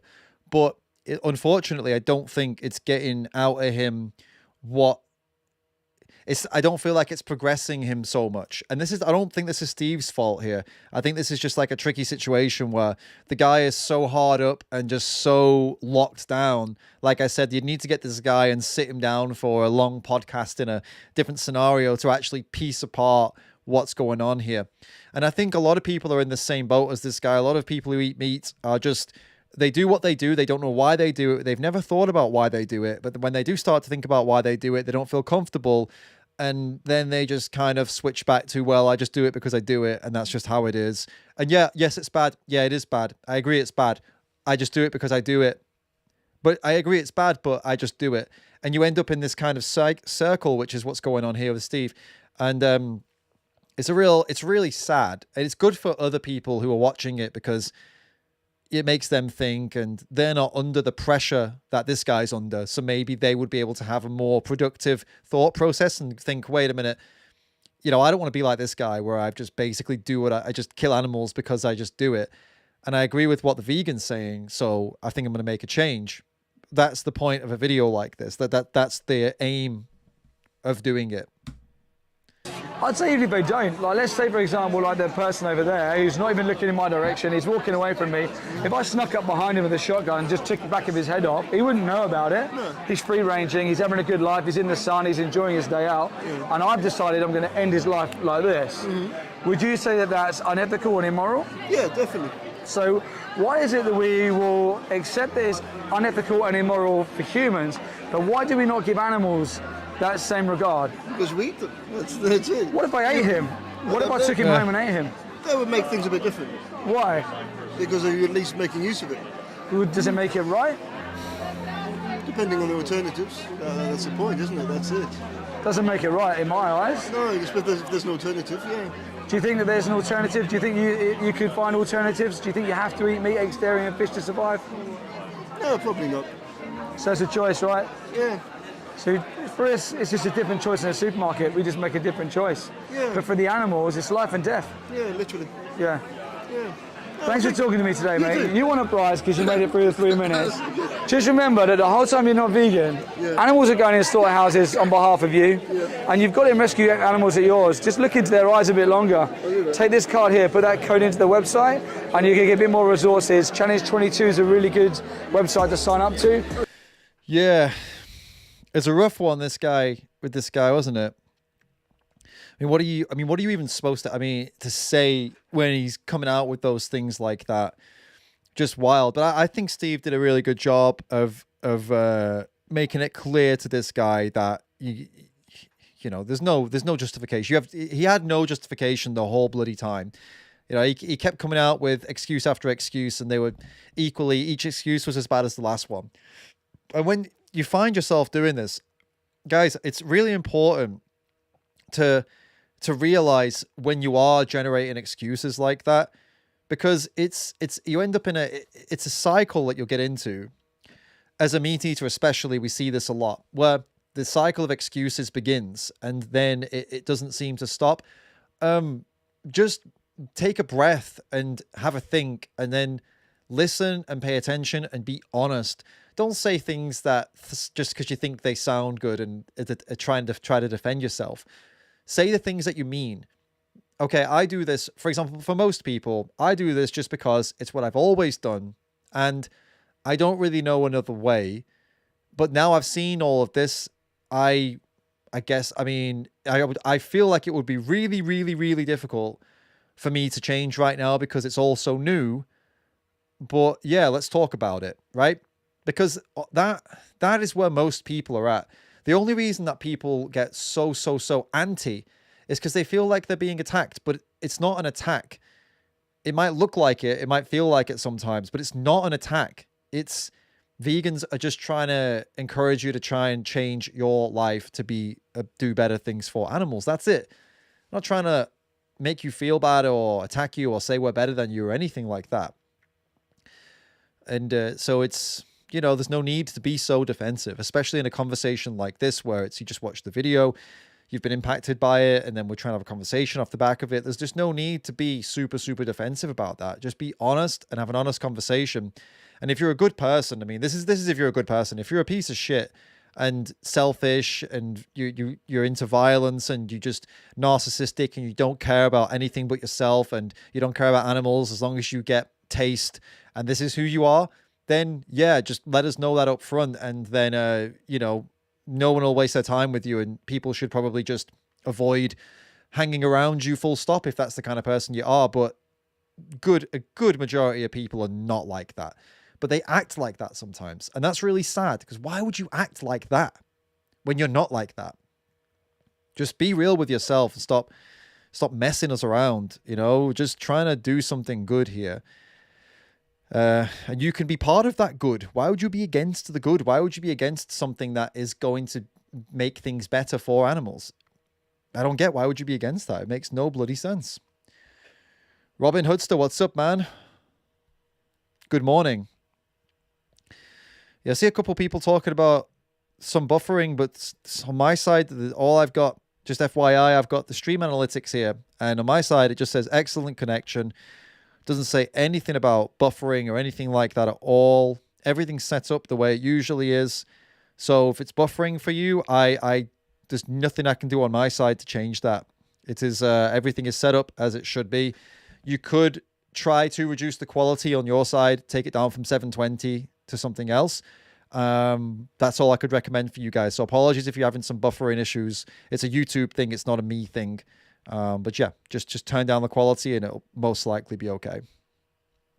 A couple of you saying everything's working all right. So, okay, that's good news. Good. All right. What do we elf? What do we have next? Okay, so there was a video that I got sent through by the person who was known as just vegan from last week, from last stream. Sent me a video to watch. So let's have a look at that. So Peter calls Aaron Lewis washed up musician. So let's take a look at what's going on with this. Staying frontman Aaron Lewis created quite the controversy last week when he shared this photograph announcing that his solo tour dates were on sale. Now, this was from a coyote calling trip where the carcasses of the coyotes were arranged to say Trump 24. Now, this led to a lot of backlash in the comments. Everyone who was upset about the political messaging, but also even some hunters who felt it was disrespectful to the animals to use their carcasses to arrange some sort of a political message. What the hell? So the guy from Stained killed a load of what were those animals? Did he say animals? Wild dogs, to use political messaging to, and then put them what is wrong with people? Kind of sick scumbag does that. Is to arrange some sort of a political message. Now, PETA is responding to this, referring to Aaron Lewis as a washed up musician. Now, PETA, for their own part, has faced a lot of criticism over the years for having a high kill rate at their shelters. You should look into this, by the way, about PETA. There is a really good video on this by Peace with Reese that I recommend. Peace with Reese, PETA. Exploring the PETA kills animals rabbit hole. Highly recommend you guys go watch that if you want to know more about what this guy's claiming about PETA. Anyway, we'll get back in.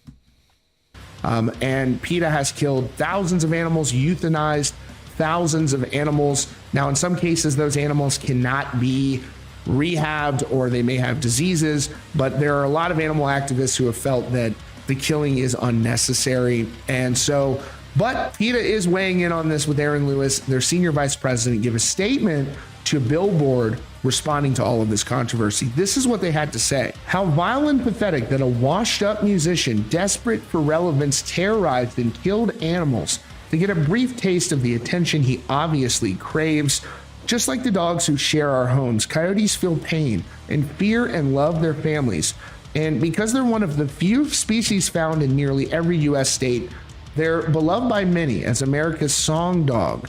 PETA said that Aaron Lewis should seek attention through some act of kindness rather than slaughtering individuals who are simply trying to eke out an existence in an increasingly paved over world. Aaron shared that original post saying, "Successful morning in Texas, pre-sale for the AFL 2024 dates. Start today, use code AFL 2024 to get priority access before tickets go on sale this Friday." And there were a number of commenters. We've already read a lot of the comments from people who were upset about this. Yeah, it's an absolute disgrace. Well, I agree with what Peter said there. Like, he is just a washed up musician just from, years and years and years back. No one gives a shit about anymore. And he's probably trying to catch attention. Absolutely disgusting. What the hell is wrong with you?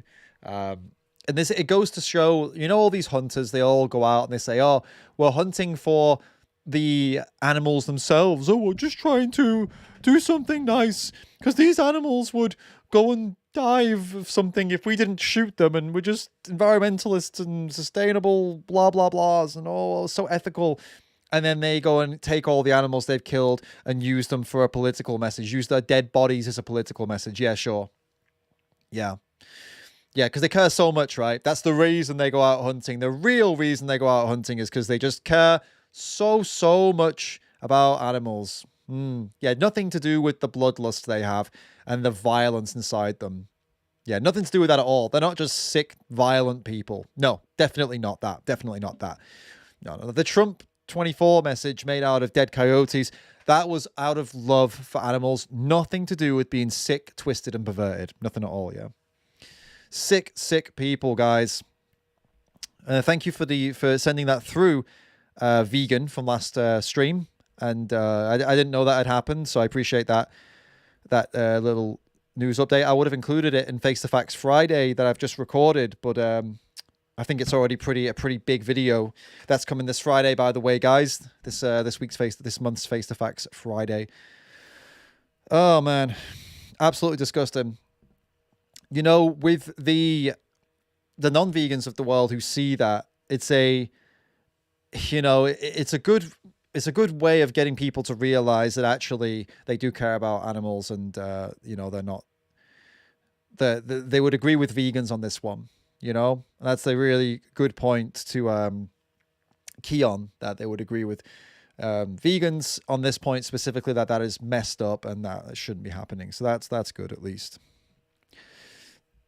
You guys keep going on about, I keep seeing you guys talking about the stream and that it's still bad or whatever. Have you tried clicking the live button?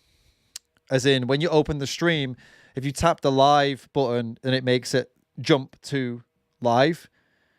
But I don't know if you guys are watching it on the replay, or if you're watching it from 20 minutes ago or whatever. Maybe, well, then if you're watching it from 20 minutes ago, then obviously you're not going to see what I'm saying now. So that doesn't make any sense. Maybe Annie can put that in the chat to make people click the live button. Anyway, I'm going to keep continuing on. I'm not ignoring you guys. It's just that there are some people here that aren't facing any issues right now with this. And if I keep going on about this, then it's going to mess up the experience for those guys, So apologies, but I'm just going to keep on plugging away, all right? All right, let's take a look at Joey, his recent debate with this Orthodox Jew, which looks like it looks like a spicy one. Sorry, guys, it's an ad, bloody. Oh, I got another ad. How many ads am I gonna get? Oh my god, it keeps giving me ads. Look at this. I don't want ads. Stop. All right, we got it. Okay, so this is the video I want to take a look at. Insane Orthodox Jew versus vegan battle. I was done. And the thumbnail for this one looked fun. And I watched the quick little intro, and that also looked a bit mental. So let's take a look at this one. I'm going to interrupt. I have to interrupt. Come on, bro. Pain? No, because you're taking the piss now. It's not. I don't think we can talk about mutilations that happen in the dairy industry. I disagree that's cruel. That's ridiculous. Why? That's an insane position, dude. I mean, is that what you're listening to? Because we're going to look this up after. You're making irrational claims. If you take a pig. Oh, God. No point. There's no point. All right. Let's see. Yeah, oh, Jesus. 27 minutes. All right. Well, let's get strapped in then, guys. Let's see what happens. Of course you can. Said you would kill a lion if it was self-defense to protect a human? Yeah, if they were going to kill a human, yeah. If I had to kill the dog to save a human, or kill a lion so it's to that save a day. human, I'm going to do it, yeah. Okay. Would you kill a lion to save a sheep? Yes. If they were going to kill the sheep, yeah. You know that's what lions do every day. Yeah, but I can't go out there and stop them, can I? Why not? I mean, would you go out and kill all the lions just to protect all the sheep? I'll put it this way. I don't know how to deal with that problem, but I think it's morally preferable if carnivorous animals didn't exist in terms of ethics, because they eat animals alive. They shred them alive. It's horrible. And even God thinks that. Does it? Isaiah 11:6. What? The wolf will lay down with the lamb. When you mean that in Messianic days when the Messiah comes? Even God thinks that. There'll be world peace. No, it's true, there will be, but... So I'm not the only one. It's not crazy for me to think it if God thinks that. No, but at the moment there isn't. No, but that's what I'm saying. I'm saying I have a belief, and I don't know how to can change that. But you're saying it's a bit crazy, or I don't know, like you maybe go in there, it's a bit mad to think that. But even God believes that. But why don't we go out and kill all the lions you can find? All the carnivorous animals. No, Foxes. because I can't. Poison foxes, quite easy. Put up poison bait to kill foxes around the area, because they're going to kill other animals, which they do every night. They kill pets, they kill birds, they kill mice. I don't see the point in entertaining this conversation with somebody who goes out, and this guy is not a vegan, right? So he's currently going out to the shops or whatever, buying into these big, massive industries that abuse animals. So why I don't see the point of entertaining this conversation with him. Why? You don't care about animals. So why would we discuss this? You want to question my ethics. You want to question me on the way I live my life when I'm already making steps to try and make it better for animals. You are making 0 steps. So why am I the one on blast right now? Why are you asking me for my, you know what I mean? This is like, he's interviewing Joey. I don't know how this is going to go, but I don't think he should get the rights to be doing that at this point or at any point until he goes vegan. I honestly believe that there should be a way to contain carnivorous animals like foxes. I don't think we should go straight for poisoning them. I don't think that's I personally think that. You can't change the nature. No, 1 second. I think we should separate them somehow from like, I don't want to see lions shred antelope or foxes shred rabbits alive. And then let's just separate them and you're talking... And feed them what? Preferably vegan pet food. They can't survive. Carnivorous animals can't survive. Even cats need to eat meat. Oh no, you can get vegan cat food in that. No, you can. Yeah. No, you can. Okay, have you looked into vegan cat food? I have looked into it. No, have you looked into it, the research? As far as I know, you can't. Have you looked into the research? They need taurine, they need nutrients found in meat, they don't need meat. But anyway, what's the problem with my position against eating animals for us? Do you have a problem with that? Because we can talk about carnivorous animals, but... That's fine, but I think your question's wrong. It's why not be vegan? But you're the one making a claim for people to be vegan, so it should be the other way around. No, because because the burden's on the person, and the burden's on the person to justify killing the animals. Why not? I don't think it's unjustified to kill the animals. Again, and why? Do you think it's justified? Yeah, why not? Well, justify it. In what way? Is it justified to make like them walk in? Morally justified? He just compared stabbing an animal to walking. This is how insane people get when they meet a vegan. What's the moral problem? Okay, the moral problem is animals are sentient, conscious beings, similar to us, not on the same level of consciousness, but what happens to them matters to them. They feel fear, pain, suffering, they care for their young. If it's wrong to torture them because they experience that suffering, then it's also wrong to murder them. And I don't think we need to do it. We don't need to we don't need it for health. I don't think it's about needing. Let's start by actually, is it whether it's morally wrong or not? Okay. Why is it morally wrong to kill someone? Murder a person, a human being? Because that you're taking away their experience, and they're an individual, they're a subject of their experience, and they deserve to have sovereignty over their own experience, and we don't deserve to take that from other people. So then what about abortion? Are you then pro-life?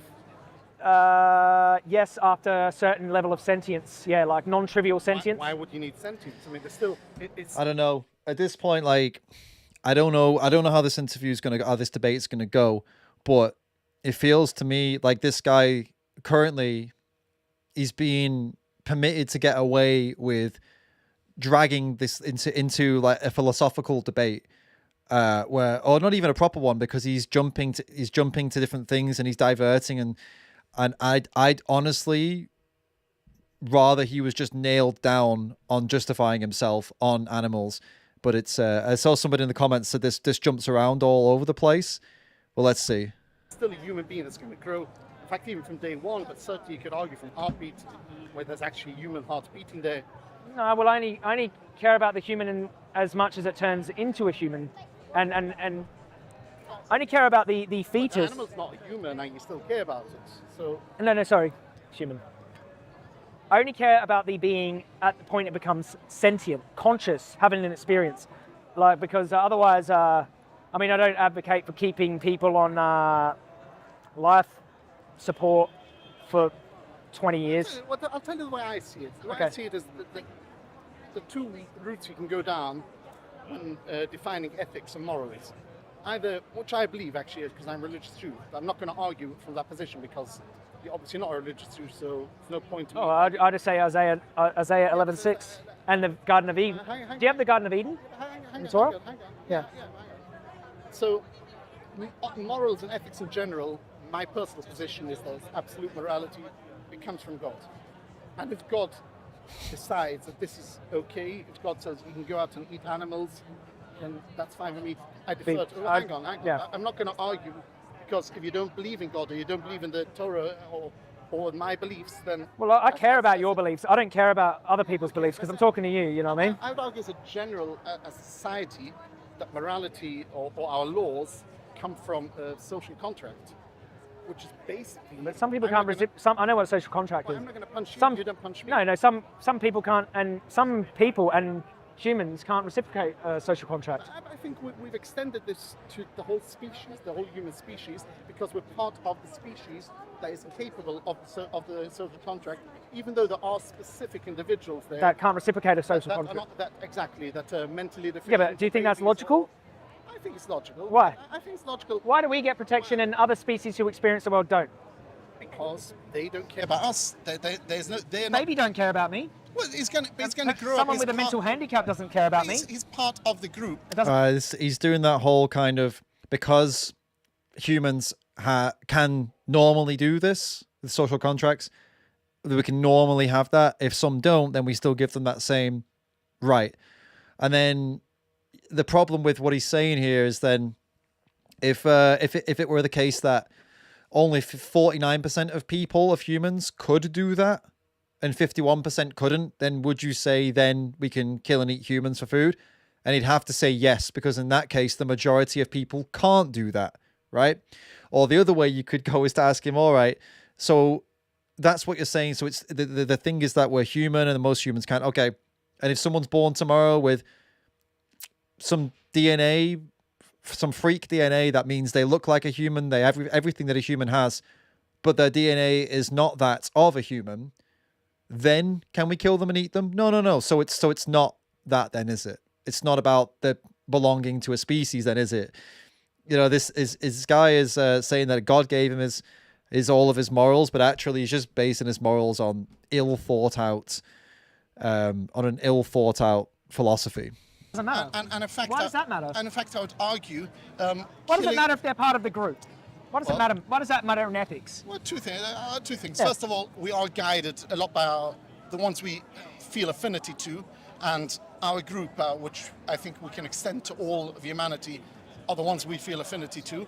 But also, when you kill... Wait a second. So one if second. We feel affinity... Okay. Yeah, but Okay, there's two things here. So Yeah. affinity to each other is a moral justifier, yeah? I think it's not. If we feel affinity to each other, then... It's not the basis, but it's not the basis. But I think it certainly informs our morals. If I would go and kill a mentally completely deficient, like a human being who's got no idea, like completely doesn't know anything. Well, not know anything. Let's just say they know about as much as a cow. Hang on, I would be hurting their family. Oh their man, he's going parents, down their this brothers, road. sisters, This is etc. two things I don't want to get to. You're adding lots of stuff on. So I'm going to against interrupt. I have to social interrupt. contractors One with sec. people. One sec. Yeah. I have to interrupt because we're going to get. Sure. You're going to be on a monologue and we're not going to address it. It's so funny. So he thinks the reason to not go and hurt somebody who isn't able to have a social contract with you.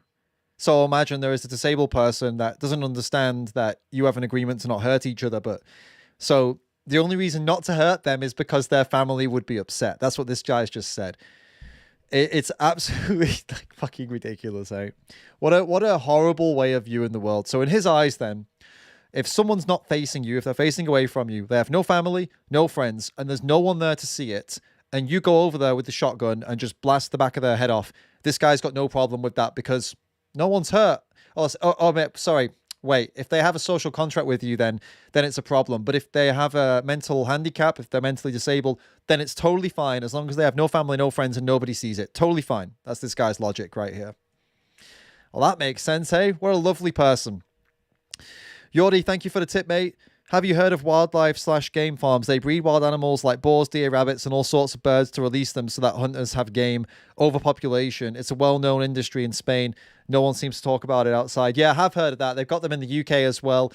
They breed animals and then release them out into the forests or whatever, and then go out and kill them. And then no, it is something that the hunt saboteurs talk about, and that some groups do talk about it. But you're right, it's not really a popular thing that we talk about in the like vegan world. But yeah, it does happen for sure. Thank you for bringing that up, mate. It's important. Let's dive back into this guy. You're saying that ethics are dictated by affinity, and I think you're pushed off of that. I don't think. No, I think they're because I could just informed not by that. share an affinity to some humans, and then you think it would be justified to kill them. No, right. But coupled with that, you said people with a severe disability who don't know much, but I would say no, they have to. They have to. Babies, I mean, No, but babies will grow. So let's just say someone with a severe this is called the argument from marginal cases, by the way. Someone with a severe mental handicap, let's say they're about the level of a cow, right? You're saying the only reason it is wrong to kill them, and I know this, just forgive me if this is not is because of their family, yeah? Because it harms their family.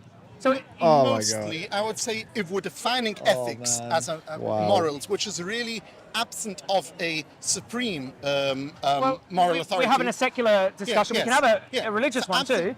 But so absent of a supreme, absent of absolute morality, I think the only morality or ethics that matter is the social contract. No, one second. No, because you said social contract. So you're saying that they've broken. So I've broken a social contract between. Why are they part of the social contract and others are not? Do you know, just guys, just like for a second, just remember something here, yeah. This guy has come up here with all of this fancy-pantsy, philosophical, trying to get into a deep philosophical discussion with Joey. And remember, the only reason he's doing this is because he wants to keep eating burgers. Just remember that. When people come out here and try and be all smart and try and have like some, I'm just so advanced and I'm just trying to be so smart here with all of these concepts. And it's literally as clear as day, simple fact of you can be healthy eating plant-based, right? You can do it and you can be healthy doing it, but you don't want to. And you don't want to just because you like how you live and that's it. You know animals have pain. You know all this stuff happens to them. You know what it's all about. All of this mumbo jumbo nonsense is literally just trying to. It just makes it all so ridiculous when you consider how simple it can be. This guy's trying to overcomplicate it as much as possible, get into really complex philosophical debates and discussions, all because he doesn't want to change what he buys at the supermarket. It's just pathetic, honestly. Next level pathetic.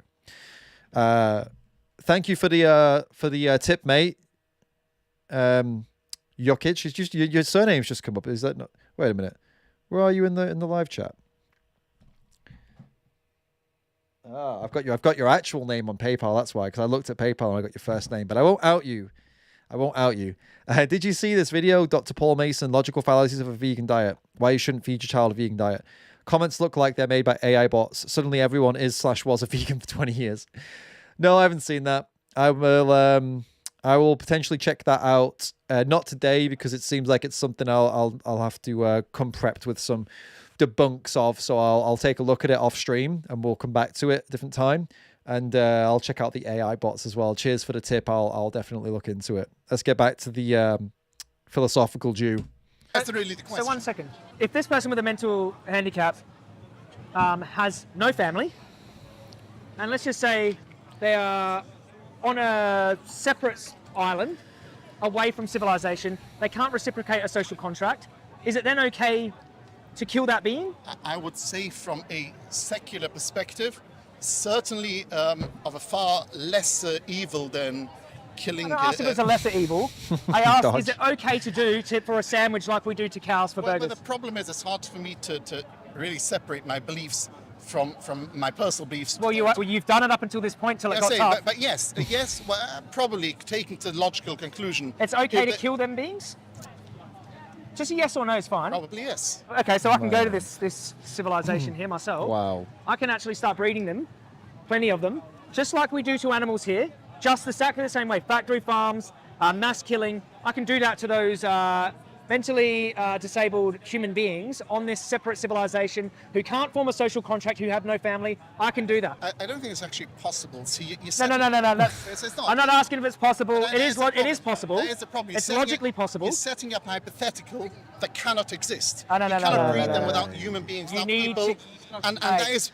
And by the way, I cannot have a philosophical discussion without creating hypotheticals because we can't act in the real world right now. I want to find out where you're. I want to find where the real world. No. You said it's okay to kill one, so is it okay to kill a billion? Even your hypothetical when you're asking this person who is somehow living by himself on the desert island and yet surviving without any family, that is again a hypothetical that doesn't exist. I would say. I'm trying to tell you need hypotheticals. I would say. Do you know how to? The question would be, what if a lion was to come right now? Well, it wouldn't. So why? Yeah. You asked me a hypothetical Actually, we started this conversation. I was going and off now, the previous no, one hypothetical, second, yes. 1 second. You said if a lion did this, would you stop them? Yeah. Well, actually, no. My question wasn't one second. hypothetical. One My second. question was what lions do every day. And then you that asked me carnivorous another. animals. You said, would you do this out in nature, kill all of these beings? Blah, blah, blah. You asked me to imagine. That wasn't a hypothetical. That is actually reality. Okay. I was because you said before that you would kill a lion to save a human. So No, but would I you- think that shows that you understand that humans have some kind I of. think it is a hypothetical because you're saying, would you kill a Oh lion? man, this is a frustrating video. I got to be honest, guys. I'm not vibing it at all. This is the kind of stuff that I just do not have any interest in at all. Just like a philosophical masturbation, and I just have zero interest in it. What about you guys? Are you guys into this? Do you want to see where it goes? Because I'm kind of like, I'm tempted to speed it up a little bit or flip on to a new video, to be honest. Because this is one of those kind of balls deep philosophy debates, and it's frustrating it's just frustrating that how it's just getting stuck here already, right? What do you think? Give me some broccolis if you want to keep going, but I'll speed it up. Or give me some bloody, what else do we have? Watermelon if we should go on to something else. Okay, broccolis to speed up, watermelon, something else. All right, I'm going to play it for a little bit longer while I wait for you guys to make your votes, and then we'll see what we're going to do.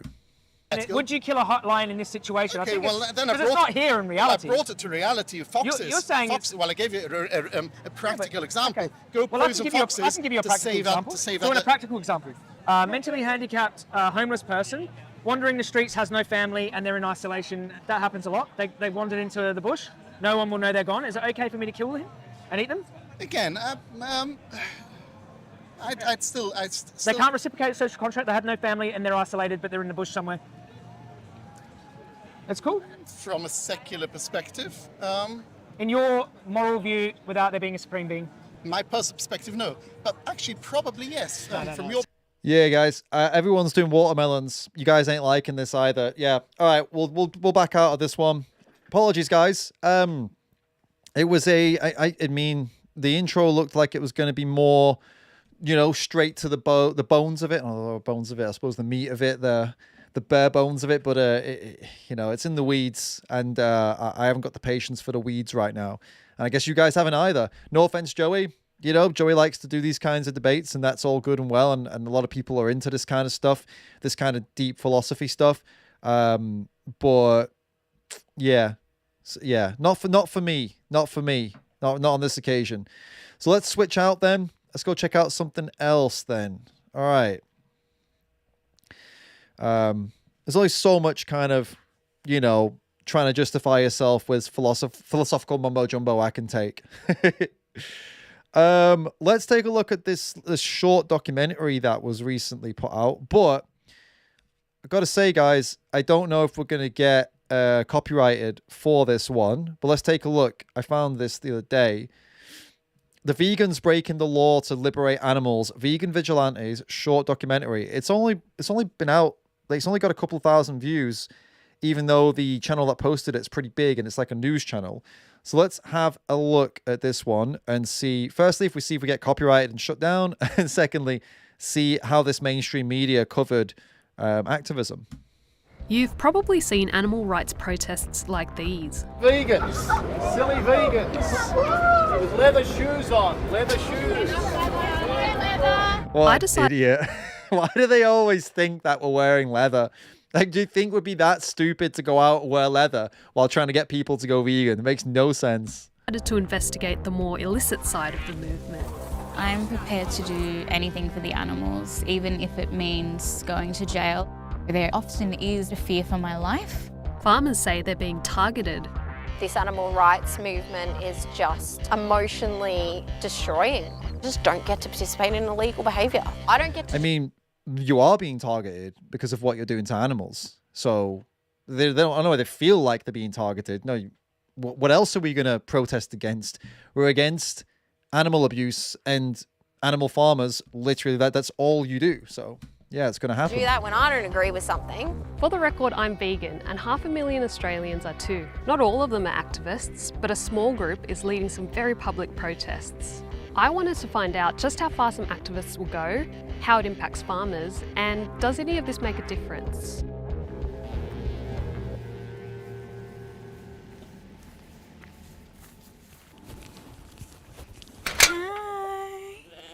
Hello. Do you remember me? It's good that the host of this is vegan. Might help it be Saved you. impartial. We have liberated at Biased. least 200 animals. We're going into these places and saving as many animals as we can and relocating them to a better place. Sophie's been an animal rights activist for 7 years. Today we're coming with her to visit some chickens at a secret location. Was it strictly legal the way you got the hens? And no, the way that we got them was not legal at all. Sophie does public protests against using animals, but she's also involved in what activists call open rescue. She goes to farms and takes animals that would have been used for food, like these hens that were in the caged egg industry. Last time I held her, she was so unwell and it was in a factory farm. So it seems like it's a pretty good take on what's going on here.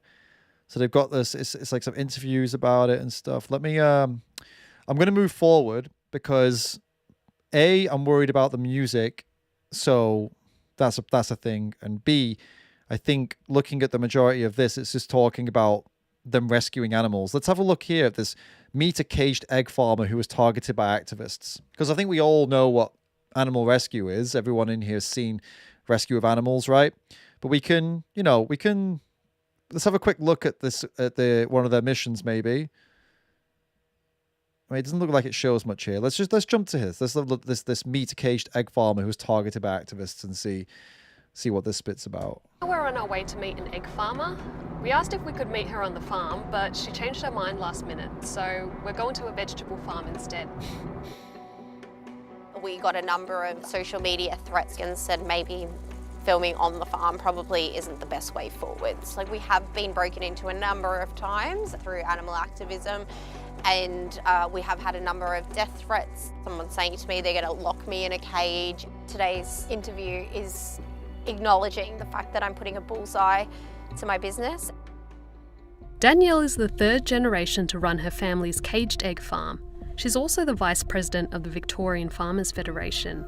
She remembers the night an alarm went off. My uncle lives on the farm. He went out and then realised there was a break-in. The doors were jarred open, the fence had been cut. He'd called the police and they had found the young ladies on the farm. These people were there to, in their words, rescue the birds. I'm not entirely sure what they were going to achieve with 2 people and 30,000 chickens. It's really confronting. Hey, what did you think? Of course, they were going to take the chickens to somewhere safe so you can't stab them when you're done with them.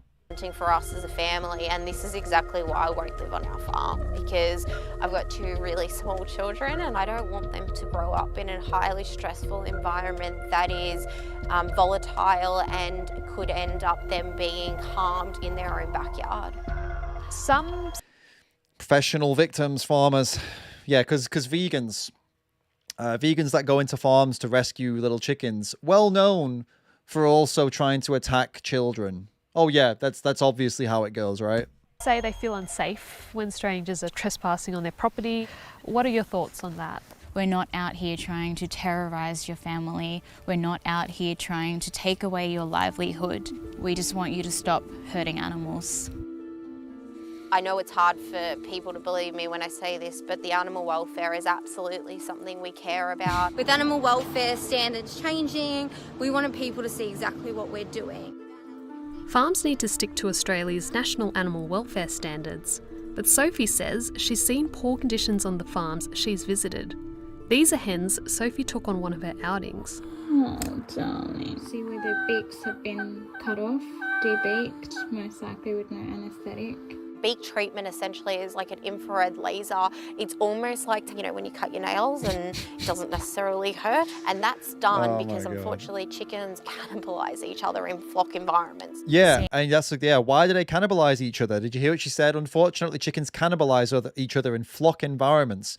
What, they do that in the wild too? They just attack each other and eat each other just for no, they do that because you cram them into cages in the thousands. Well, of course they're going to start going insane and hurting each other. Absolutely insane. Things such as hens being confined in small spaces. So our particular hens in our enriched cages are given 750 square centimetres per bird. They absolutely don't get to go outside. When we go into free-range farms, they are often incredibly sick. If you really think there's a problem, just report it. Don't take matter into your own hands, just like you wouldn't in any other business. Just report it. Just report it. Report it to where? The government that made it legal because they get lobbied and paid to do so? Yeah, good idea. No, if there is an animal being abused, you will go and try to save that animal, right? That is how it goes. So this seems like it's very, very Australia-centric. The whole thing is about Australia. So I think, guys, and as I'm concerned about playing this for any longer, as I'm realizing it is kind of like a mini doc, and I don't think I'm gonna get away with putting the whole thing on here. So we'll leave it there. Guys, go and check it out. The Vegans Breaking the Law to Liberate Animals, Vegan Vigilante short documentary by SBS. So yeah, go and check it out if you want to watch the whole thing. And remember, all that stuff they were talking about just then is absolutely. The farmer was chatting absolute nonsense. Dominion, the documentary Dominion, was all filmed in Australia. So, no, they're just coping as usual, as per usual. So, guys, I think I'm going to wrap it up here, guys, for today. So, yeah, I'll be back for another stream next week. We'll do a pre-Face the Facts stream, something like that, maybe Wednesday, Thursday, and then we'll have Face the Facts Friday coming, which is going to be a good one. Got some really interesting stories there for you guys as well, so definitely stick around, check that out. Remember, I do, for all the Patreon and YouTube members, you guys are legends. For all of you that are Meat Flake Challenger and up, you guys have access right now to my vegan stand-up comedy special that I did the other day. That's right there on Patreon, right here on YouTube right now. So go and check it out if you have access already. If you don't have access, check in the description for the links to Patreon and also to the YouTube memberships team to join, and you get to watch it. I think you'll really enjoy it. So go check it out, and you'll be supporting me and my work. So obviously, it's a win. Everyone wins. Thank you to everybody today who sent through the tips. Jokic, I will check out the video you sent as well. Thank you. And everybody else who tipped and super chatted and supported and stuck through, even though you were having some stream issues. So, hey, thanks for sticking through. And hopefully next time we won't have any. Keep being the absolute legends you are, guys. I'll catch you next time.